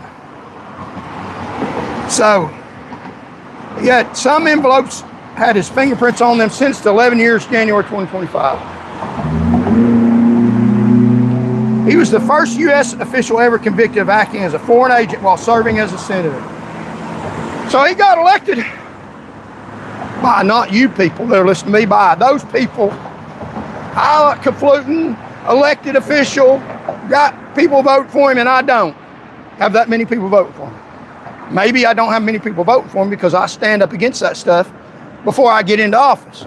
So maybe you ought to think about voting for me. If you don't think I'll stand up after I get in office, what am I doing now? They know what I'll do if I get in office. It'll be pointing the microscope at the dirtbags in the parties at the top that are defrauding you, that don't need to be there. A 2015 bribery case against him ended in a hung jury. He kept his seat, then he did it again. How did he get out of the first conviction? Power. They used the power for themselves. Belovich, Kilpatrick, Jefferson, the Frazier, the Senate seat, the machine. Rod Belichick, Illinois governor, tried to sell Barack Obama's Senate seat on tape. His words, I've got this thing and it's golden. Convicted on 17 counts. William Jefferson, Louisiana congressman, the FBI found $90,000 in cash in his freezer. These are elected officials. I'm not an elected official. I'm proud that I'm not one of them and got elected. I'd be ashamed of myself. Convicted on 11 counts, re-election after the FBI raid. So he was re-elected even after they knew, because the party helped him. Let that sink in. Re-elected in Wayne Kilpatrick, mayor of Detroit, convicted on 24 federal counts in a play-to-play enterprise. 32 other individuals convicted alongside him. 3 men, 3 cities, all elected, all convicted, all had voters who kept pulling the lever for them. Think of the incentive they have to win elections and to get other people that are on their team to win elections. They're winning elections not to serve you, like they say, they proclaim from every pulpit, every microphone, every TV channel, every dollar they get, that they're running to serve you. That's what I'm saying, because I have in the past. And they're running for pardons, because when they do wrong, they know they'll get pardoned.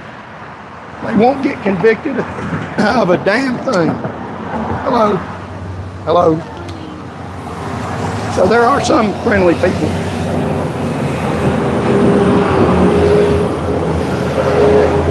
They know they're lying for dollars. Not to serve you, they're lying for pardons, because they're going to commit crimes to benefit themselves and their constituents. But they know if they get elected, they're fighting hard because they're going to get pardons. And you won't. You commit a crime, you're going down because you're taking money from the government, taking money from them. They commit a crime against you. Most likely they're not going down, they get a pardon. And that's why they're winning elections, for pardons for themselves. Rocky Top, Tennessee, Waltz. It has always been here. Rocky Top, FBI and TBI bingo corruption program in the late 1980s, more than 50 convictions. These people won elections, I didn't. I have nothing to be ashamed of. I'm not winning elections because I'm not fighting to protect pardons for them. I'll protect pardons for Tennesseans, fair across the board. Majority Leader Tommy Burnett, not Burchett, convicted. Estimated $31 million a year flowing through nearly 300 bingo operations. 2 targets died by suicide before they could testify. I wonder what that's about. Tennessee Waltz, 2005, FBI sting using a fake company called eCycle. A dozen state and local officials convicted or pleaded guilty. State senators, a state representative, county commissioners, school board members. That's not a story about a few bad apples. That's a story about a reoccurring system. Rocky Top to Tennessee Waltz to Casta to Jones, generation after generation. Let's stop this fraud.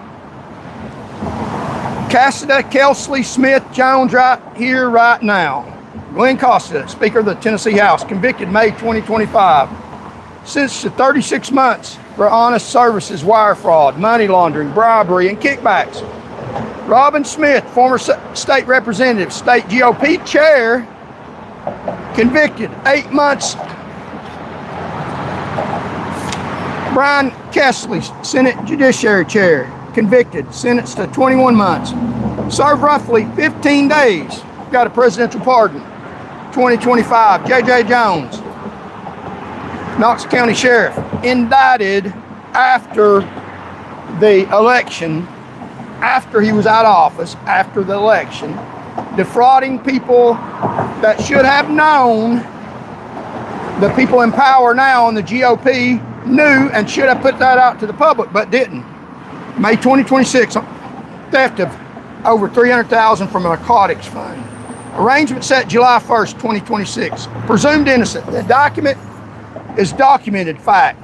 They're not ancient history. They're your neighbors, your former great political people.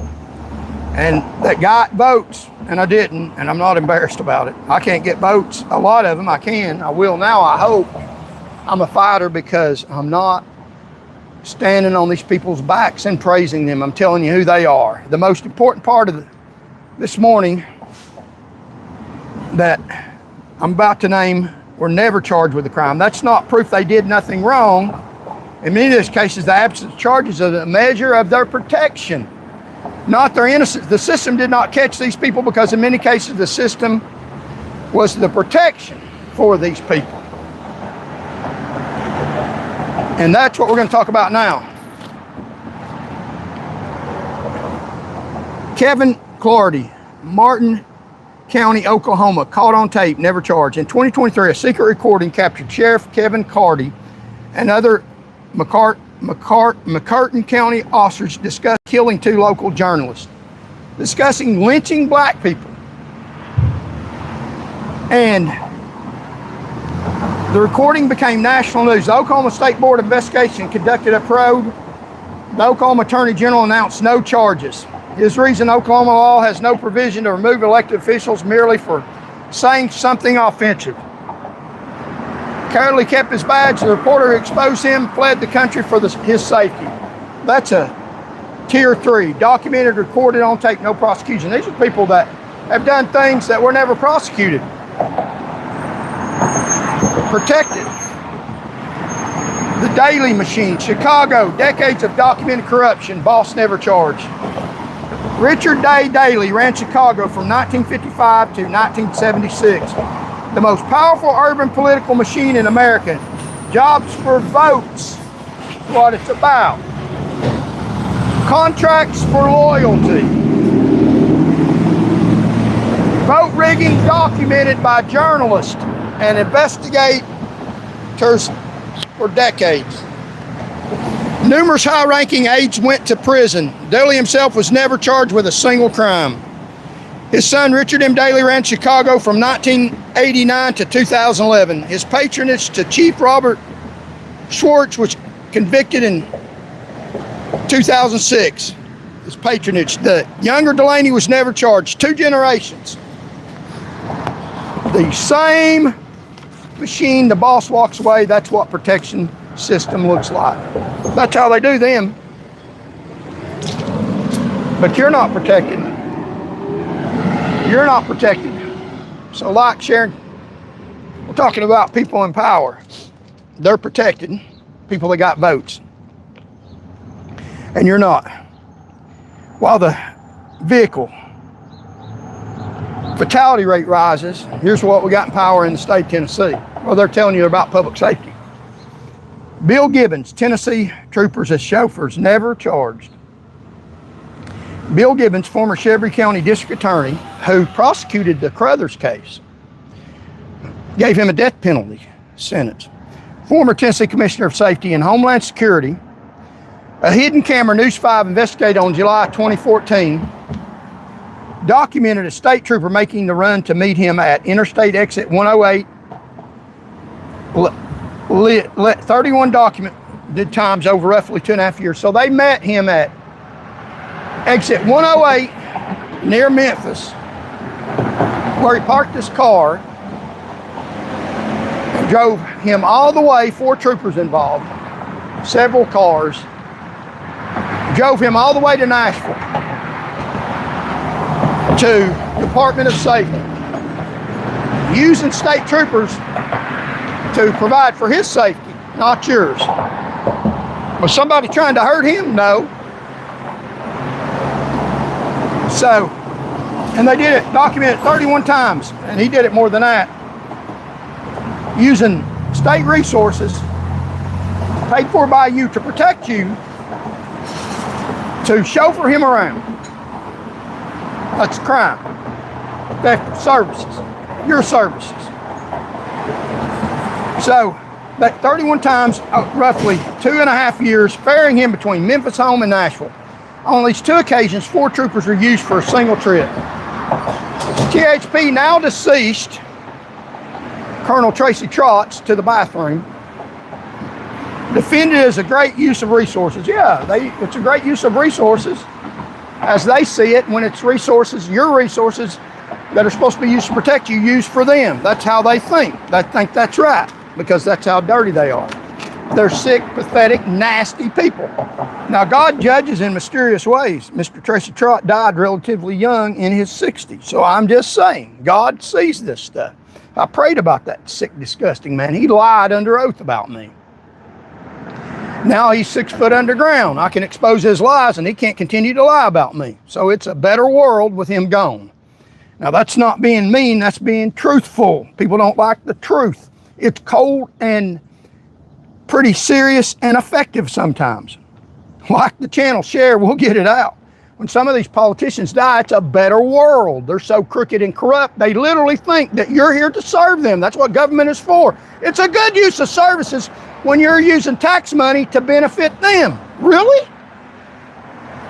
I never spent any time that I wasn't on the job, on the clock, that wasn't serving you. So, Tracy Trott defended as a great use of resources. Bill Gibbons was never charged, never sanctioned. He ran the state's law enforcement apparatus. He used it like a car service on your dime. While the vehicle fatality rate, more fatalities rose, the death rates on Tennessee roadways skyrocketed under him. So he's using Department of Safety resources to drive him back and forth, while more Tennesseans are getting killed on the roadways. That's horrific. They don't care anything about you.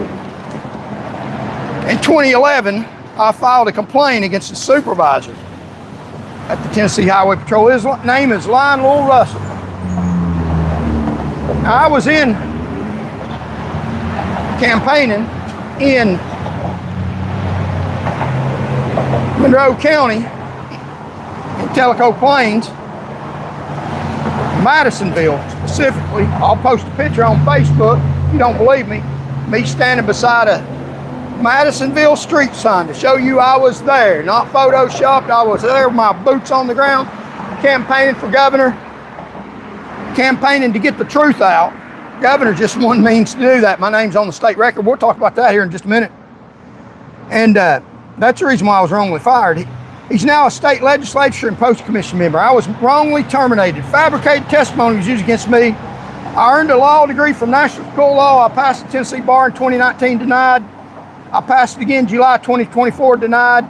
February 7th, 2025. People say you were bringing up old stuff. We're talking about something that happened just that they defrauded me. I worked on from 2010 when I started studying for the LSAT, the law school admittance exam, and started working on that in 2010 when I was still employed with the Highway Patrol to get out of that rogue organization. And I got along with supervisors I had left. This dirtbag came from Nashville, learned how to lie to protect the establishment. I didn't protect the establishment, I protected you all. My record is there. And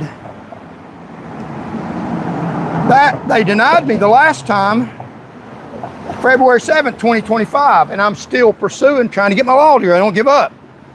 How dare I have the audacity to do the work? I took hundreds of tests through the course of years in numerous law school classes. A law degree is a doctorate of jurisprudence. It means you're an expert in all phases of the law. You pass a test to show that. It takes months to pass that test. Like a medical doctor, and they have a doctorate degree. They're an expert in being able to diagnose somebody's sicknesses. Now, there's experts in that field, but they're experts. And they went to school. They've taken tests, studied, learned, done clinicals. Law school's like that too, except for it's not a doctorate in medicine, it's a doctor in the law. I know the damn law, trust me.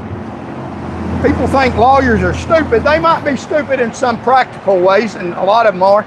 But you ask them a legal question and they can explain it out in very detail, stuff you never thought of. They know the damn law if they pass the bar exam. And I have several times. So this is something that happened recently, and I'm still fine. I don't give up. How dare I try to get licensed to practice law? And that's what they're doing to me, because I'm not backing up the party elites. And that's what they do to the mass populace of Tennesseans. You think you're a Republican. You're not a Republican. You're voting for a Republican, voting for their high-class elite. That's what you're doing. If you think you're a Democrat, you're not a Democrat. You're voting for the Democrat elite. You're on the outside. You won't benefit at all. They'll use you to protest at No Kings protest for them. You're not protesting for yourself, you're protesting for them. They are Kings sponsoring it. So, the denial letter cited my political campaigning, my public criticism of the judiciary, my litigation conduct. They put it in writing. I have it that documented Exhibit A in federal lawsuit, in a federal court. If you don't believe me, think I'm lying, I'll post a picture on my Facebook account today of me in Madisonville, Tennessee, where my grandfather used to have a shoe store, Morgan Shoes. And you can download the public record. You can download the damn public record in the federal court. Exhibit A is their own handwriting. And you say, well, you shouldn't have spoke out against the judiciary, and you shouldn't have criticized public officials, and you kept your mouth shut, and you might have got your law license. Well, that sounds all real good and fine. I'm just a step ahead of you. The first time I applied for my law license, took the bar exam, I did not run down judges, even though I could have and should have, for the good of my family, trying to get my law license, and I did not run down the judiciary. It was not only after they turned me down the first time, and I seen, using Sun Tzu, that wasn't going to work. Going along with the program don't work. If you think you can go along to get along, it doesn't work. I tried that. So you adjust and move on. This time I ran down the judiciary. And they literally took the bait. They said, because you ran us down legitimately, we're going to put that in writing as a reason why you can't have your law license. So the First Amendment says I'm allowed to run down the judiciary. I wasn't on the application process at that time. And then they used that against me. So we got a little bit more sophisticated and beat the enemy before the game. Morgan versus members of the Board of Law Examiners, case number 326 CV 00020, United States District Court, Eastern District of Tennessee.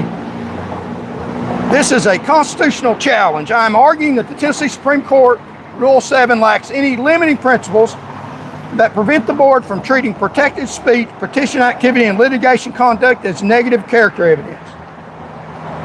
So they're using me going through legal process and challenging things the right way through the court as a sign of bad character.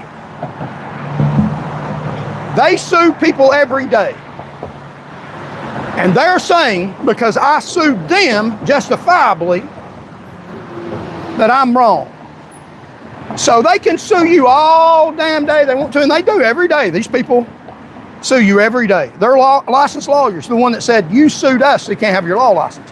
Can you imagine? They actually said that in a writing that I have documented, Exhibit A.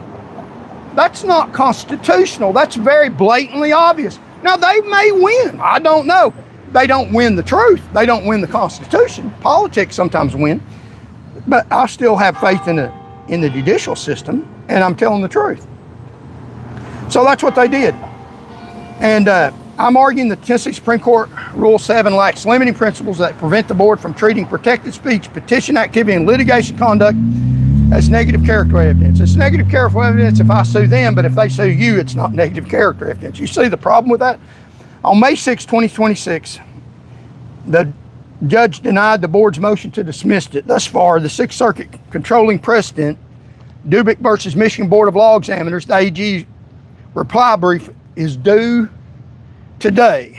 So we're going to see what they say and trying to continue to have my legal suit, trying to get my law license against them dismissed. They're trying to keep me from being a lawyer. I'm fighting to be a lawyer, one of the mass populous Tennesseans, fighting to be a lawyer. How dare I do that? That is so crooked. I'm not trying to rob a bank. I'm not trying to get something I don't deserve. I'm not coming from another country, don't have the education of a lawyer now. I've never been convicted of any crime.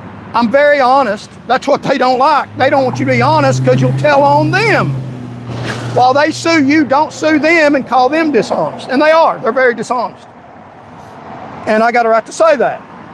If they don't like it, be honest, and I won't be able to say that. But they don't want to be honest. They want to eliminate everybody that says they're dishonest. I'm telling you, and bad on you if you don't believe me. It's in federal court. I'm not lying about anything.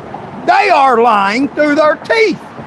And can you believe it? If I sue them like I'm supposed to, that's how I'm supposed to handle it. I'm not supposed to hurt them. I wouldn't do that. If you have a grievance against somebody, you go file a federal lawsuit, or you go file a city or state lawsuit against them. Bring your accusation peacefully in court. That's the way you do it. You don't shoot it out in the streets anymore. You go to court. You argue in front of the judge, who's supposed to be unbiased. Is he? Hell no. And the other side gets to argue their case. The judge adjudicates, or a jury. That's the appropriate way to handle disputes. So if you got a dispute legally, you have duty, breach, causation, and damages, then write it down and take it to court. Don't go shoot the other person. The state of Tennessee would rather you shoot them, alleging that they're going to trespass on your property. I mean, they're passing laws. And I have done that. I don't wish to hurt them. They wish to hurt me. And they're saying, because you're handling things legally and legitimately, we're legal and legitimate lawyers, allegedly. No, they're not. No, they're not. One of them was convicted of a felony for being deceitful. Well, they're saying that I am. I'm not deceitful at all. I'm very honest. I'm not trying to hurt any of them. I'm going before a judge saying you didn't do right. And they're saying, because you took us before a judge before, after our first denial, you're not eligible to be a lawyer because you're not allowed to use the courts to sue us for constitutional violations. I bet I am. I mean, that's the way you're supposed to handle it. They'd rather me try to attack them so they could shoot me dead. But they'll sue you every day. Deny, deny, deny, sue you. They're lawyers. They do it every day, but they can sue you, but you can't sue them. And they said it arrogantly in their own writing. Exhibit A, look it up. So the Sixth Circuit, controlling precedent, Duberk versus Michigan Board of Law Examiners. The AG's reply brief is due today. I'll see what it says. May report it tomorrow. So we are in the fight, and we're still standing. So let's see how many people got in here. I'm got a little bit more. Like, share, and subscribe. My losses are not my record. Their wins are theirs. My losses are good on me. I'm losing because I'm speaking against the wagon. The wagon that's the drunk wagon that's supposed to get you in power. I'm going against that. I ran for governor in 2022. I knocked on approximately 40,000 doors across all 95 counties. I received 1,800 votes. That's 1,800 wins. They will call that a loss. I call it a map. I call it a foundation. I call it proof that one man with no machine and no money will walk every county in this state and say what is true. My losses do not reflect on my character. Look at the men who won. Look at those people that won. Wow, they're good people. No, they're not. My losses do not reflect my character. Look at the men who win. Look at what they built with their wins. Cassidy built a kickback scheme. Casely laundered campaign money. Jones allegedly stole from narcotics funds. And the money that put in the narcotics fund may have been illegitimately taken too. I've seen that happen. I walked 40,000 doors. You tell me who has the character problem. You tell me who's got the fight. I do. That's how I was able to lower the fatality rate. That's how I'm going to be able to put political pressure on these thugs. Win or lose, I win. I'm putting pressure on them. And it's not over after this. You don't have to win. You have to fight. Every time you speak up, you make them spend something. Time, money, credibility, that's a win. If you're fighting for something truthful. Don't file frivolous suits or make frivolous complaints. I'm not. Here's what fighting looks like for you today. Show up at a county commission meeting and say your name on the record. File public record request. Even if they stall, the request is documented. Share this broadcast. Every share is a soldier. Write a letter to a legislator and keep a copy. Donate to my antidote campaign. It's in the link. And search Charles Van Morgan for governor. Look at my YouTube page, my message every day. Every $5 helps us stay in the fight. Gets the word out more. The cover-up only works if nobody talks. Talk. Sun Tzu said, win first, then go to war. I've been winning for 13 years, building the record, passing the bar, filing a lawsuit, walking the county, standing on this bridge. Clausewitz said, war is politics by other means. Churchill said, never give in. Peyton said, success is how high you bounce.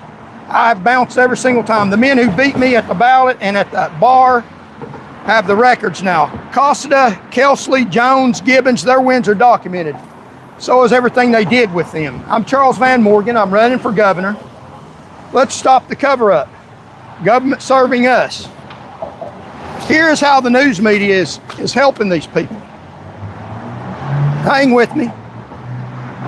Here's how the news media is helping these people. Look at this article by Firefox. Now this is what's important to me. That's what's important to me. That's my grandson. That's what's important to me, my family, and your families, and your children, and the welfare of Tennesseans. I have shown that. The record documents that. They lie about the record. It's there. When I was in public service, less children were killed. That's a fact. They could care less about that. They took me off the road and lied about me because I challenged their corruption. That's what I care about. That's my grandson. That's my great-grandson. Excuse me, I have grandsons, and that's my great-grandson. I care about my grandson too.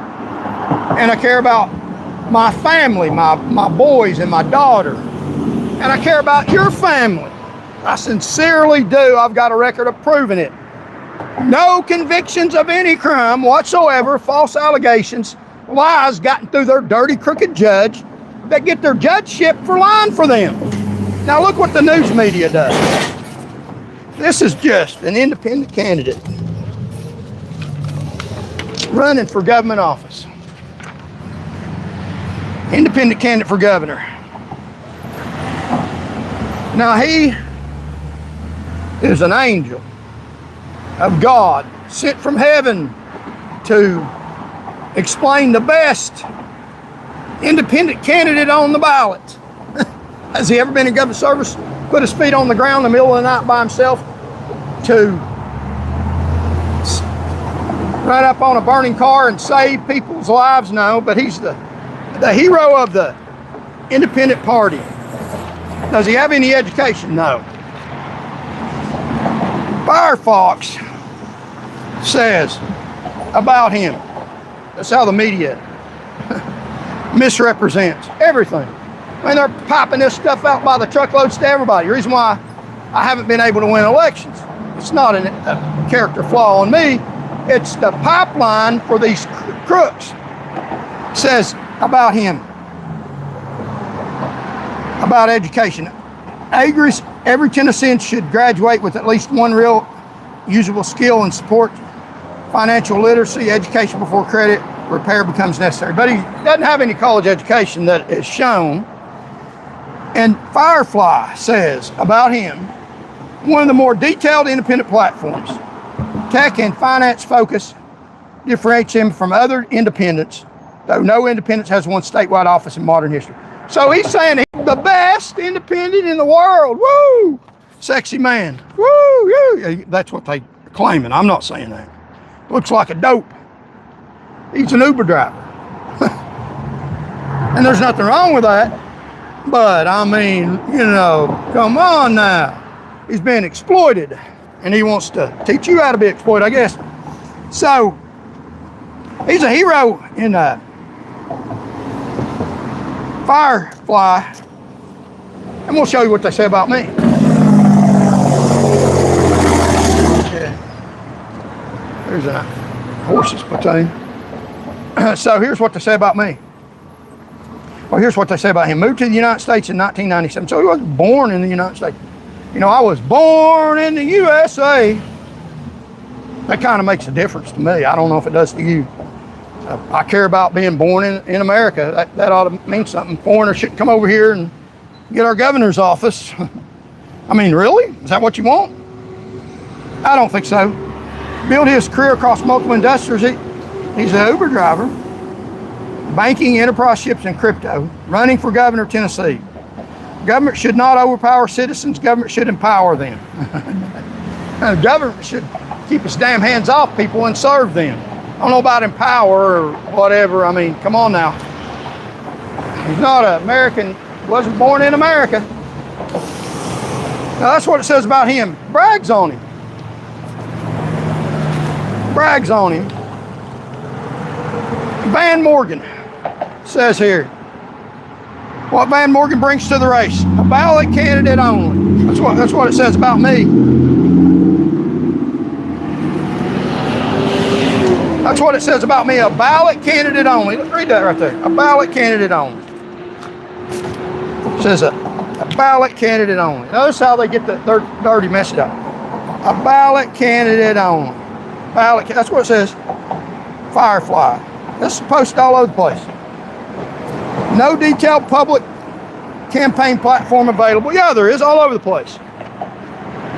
And it says about him, this is him. It says here, one of the more detailed independent platforms, tech, finance, focus, differentiate him from other dependents. So they brag on him, and they got they got 3 lines about me. 3 lines about me, and Firefly brags about a foreigner. Promoting that. And then the other candidate, independent candidate, says the most credible independent in the field. Calls him the most credible independent in the field because she's got money, fundraising, and institutional support. Laura Pinkston, and she's got a college education. So, well, so do I, more than one. And they call her the most credible independent. Does she? Now this is Firefly, and they say about me. They say about me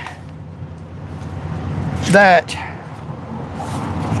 I'm a ballot-only candidate. Now, see the difference? How these news media, a ballot-only candidate. Charles, and it's Van Laura Pinkston, most credible. And then the other candidate,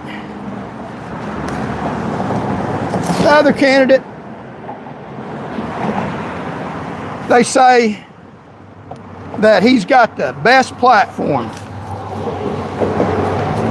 of all the candidates in the race for governor. You see the difference here. You see the difference here. This is the news media putting this garbage out. Why? What garbage? Why I can't win elections? This is me, a ballot-only candidate. So they got 1, 2, 3, 4 words. This lady here, they've got most credible, more detailed, and that is Firefly. They don't tell you that he wasn't born in the USA. They don't tell you that. I don't see any education level for him, the ability to do his job, that he's an Uber driver. This lady here has a PhD, I believe, tutored in English. They don't tell you that she doesn't have a degree in criminology, something that might keep you alive, that knows about the crime problem. They don't tell you that I know what's really important. People that don't vote are important, that I stand for. People like this right here. My darling little great-grandson. Now that's what I care about. And I care about your grandsons and your granddaughters and you. That's the most important thing in the race, the mass populace of Tennesseans. Now they can fix it up and say 4 words about me. That ought to say volumes about me. That's what I hold up. That's my great-grandson. I lose the race, don't get my law license. Everything goes bad. They lock me up in jail for being truthful, dismiss my lawsuits. I broke, barely have food to eat. As long as my great-grandson's son now, hopefully I have more, I don't know, and my grandsons and my family are okay, healthy, safe, and well, pleasing and serving God, I am happy. I'm happy. This stuff is secondary, way on the list of importance. God first, family second. That little fella. Use the button. That's first. I mean, that's my family's second, God's first. And this stuff ain't even on the list third. People think I'm upset about this. I don't like this stuff goes on in Tennessee. I hate it pretty bad, but that's not nothing. That's not nothing. One of my friends is sick right now, dying of cancer. I would ask everybody to pray a special prayer request for my friend. I won't mention his name. He don't want me to. That God will be with him and heal him. And that's what's important to me. And I'll talk about my friends and my family and the mass populace of Tennesseans, how I can help you all. That's where my heart's at. That's just real. That ain't fake or even planned. And I believe in prayer and believe in doing right and think it matters. So God bless you all. Thank you all so very much for my show, for coming. Hit the like, share. icon, contribute if you can. I may be probably back on here tomorrow morning at 6:45. I like to go by the seat of my pants. I can't promise anything. May God bless you all, I pray. God bless America. God bless the nation of Israel. God bless my grandson and my family. And God bless all of your families. God protect and bless my friend in his sickness. Protect him and heal him. And God bless the other candidates. Help them to do right. And God bless my lawsuit. Help me to win my law license. And God bless you in your endeavors, the mass populace of Tennesseans. I pray God's hand be on y'all, that you come to the saving knowledge of the Lord Jesus Christ, if you haven't already. And God bless and help and protect me. In Jesus' name I pray. And God loves you, and I do too.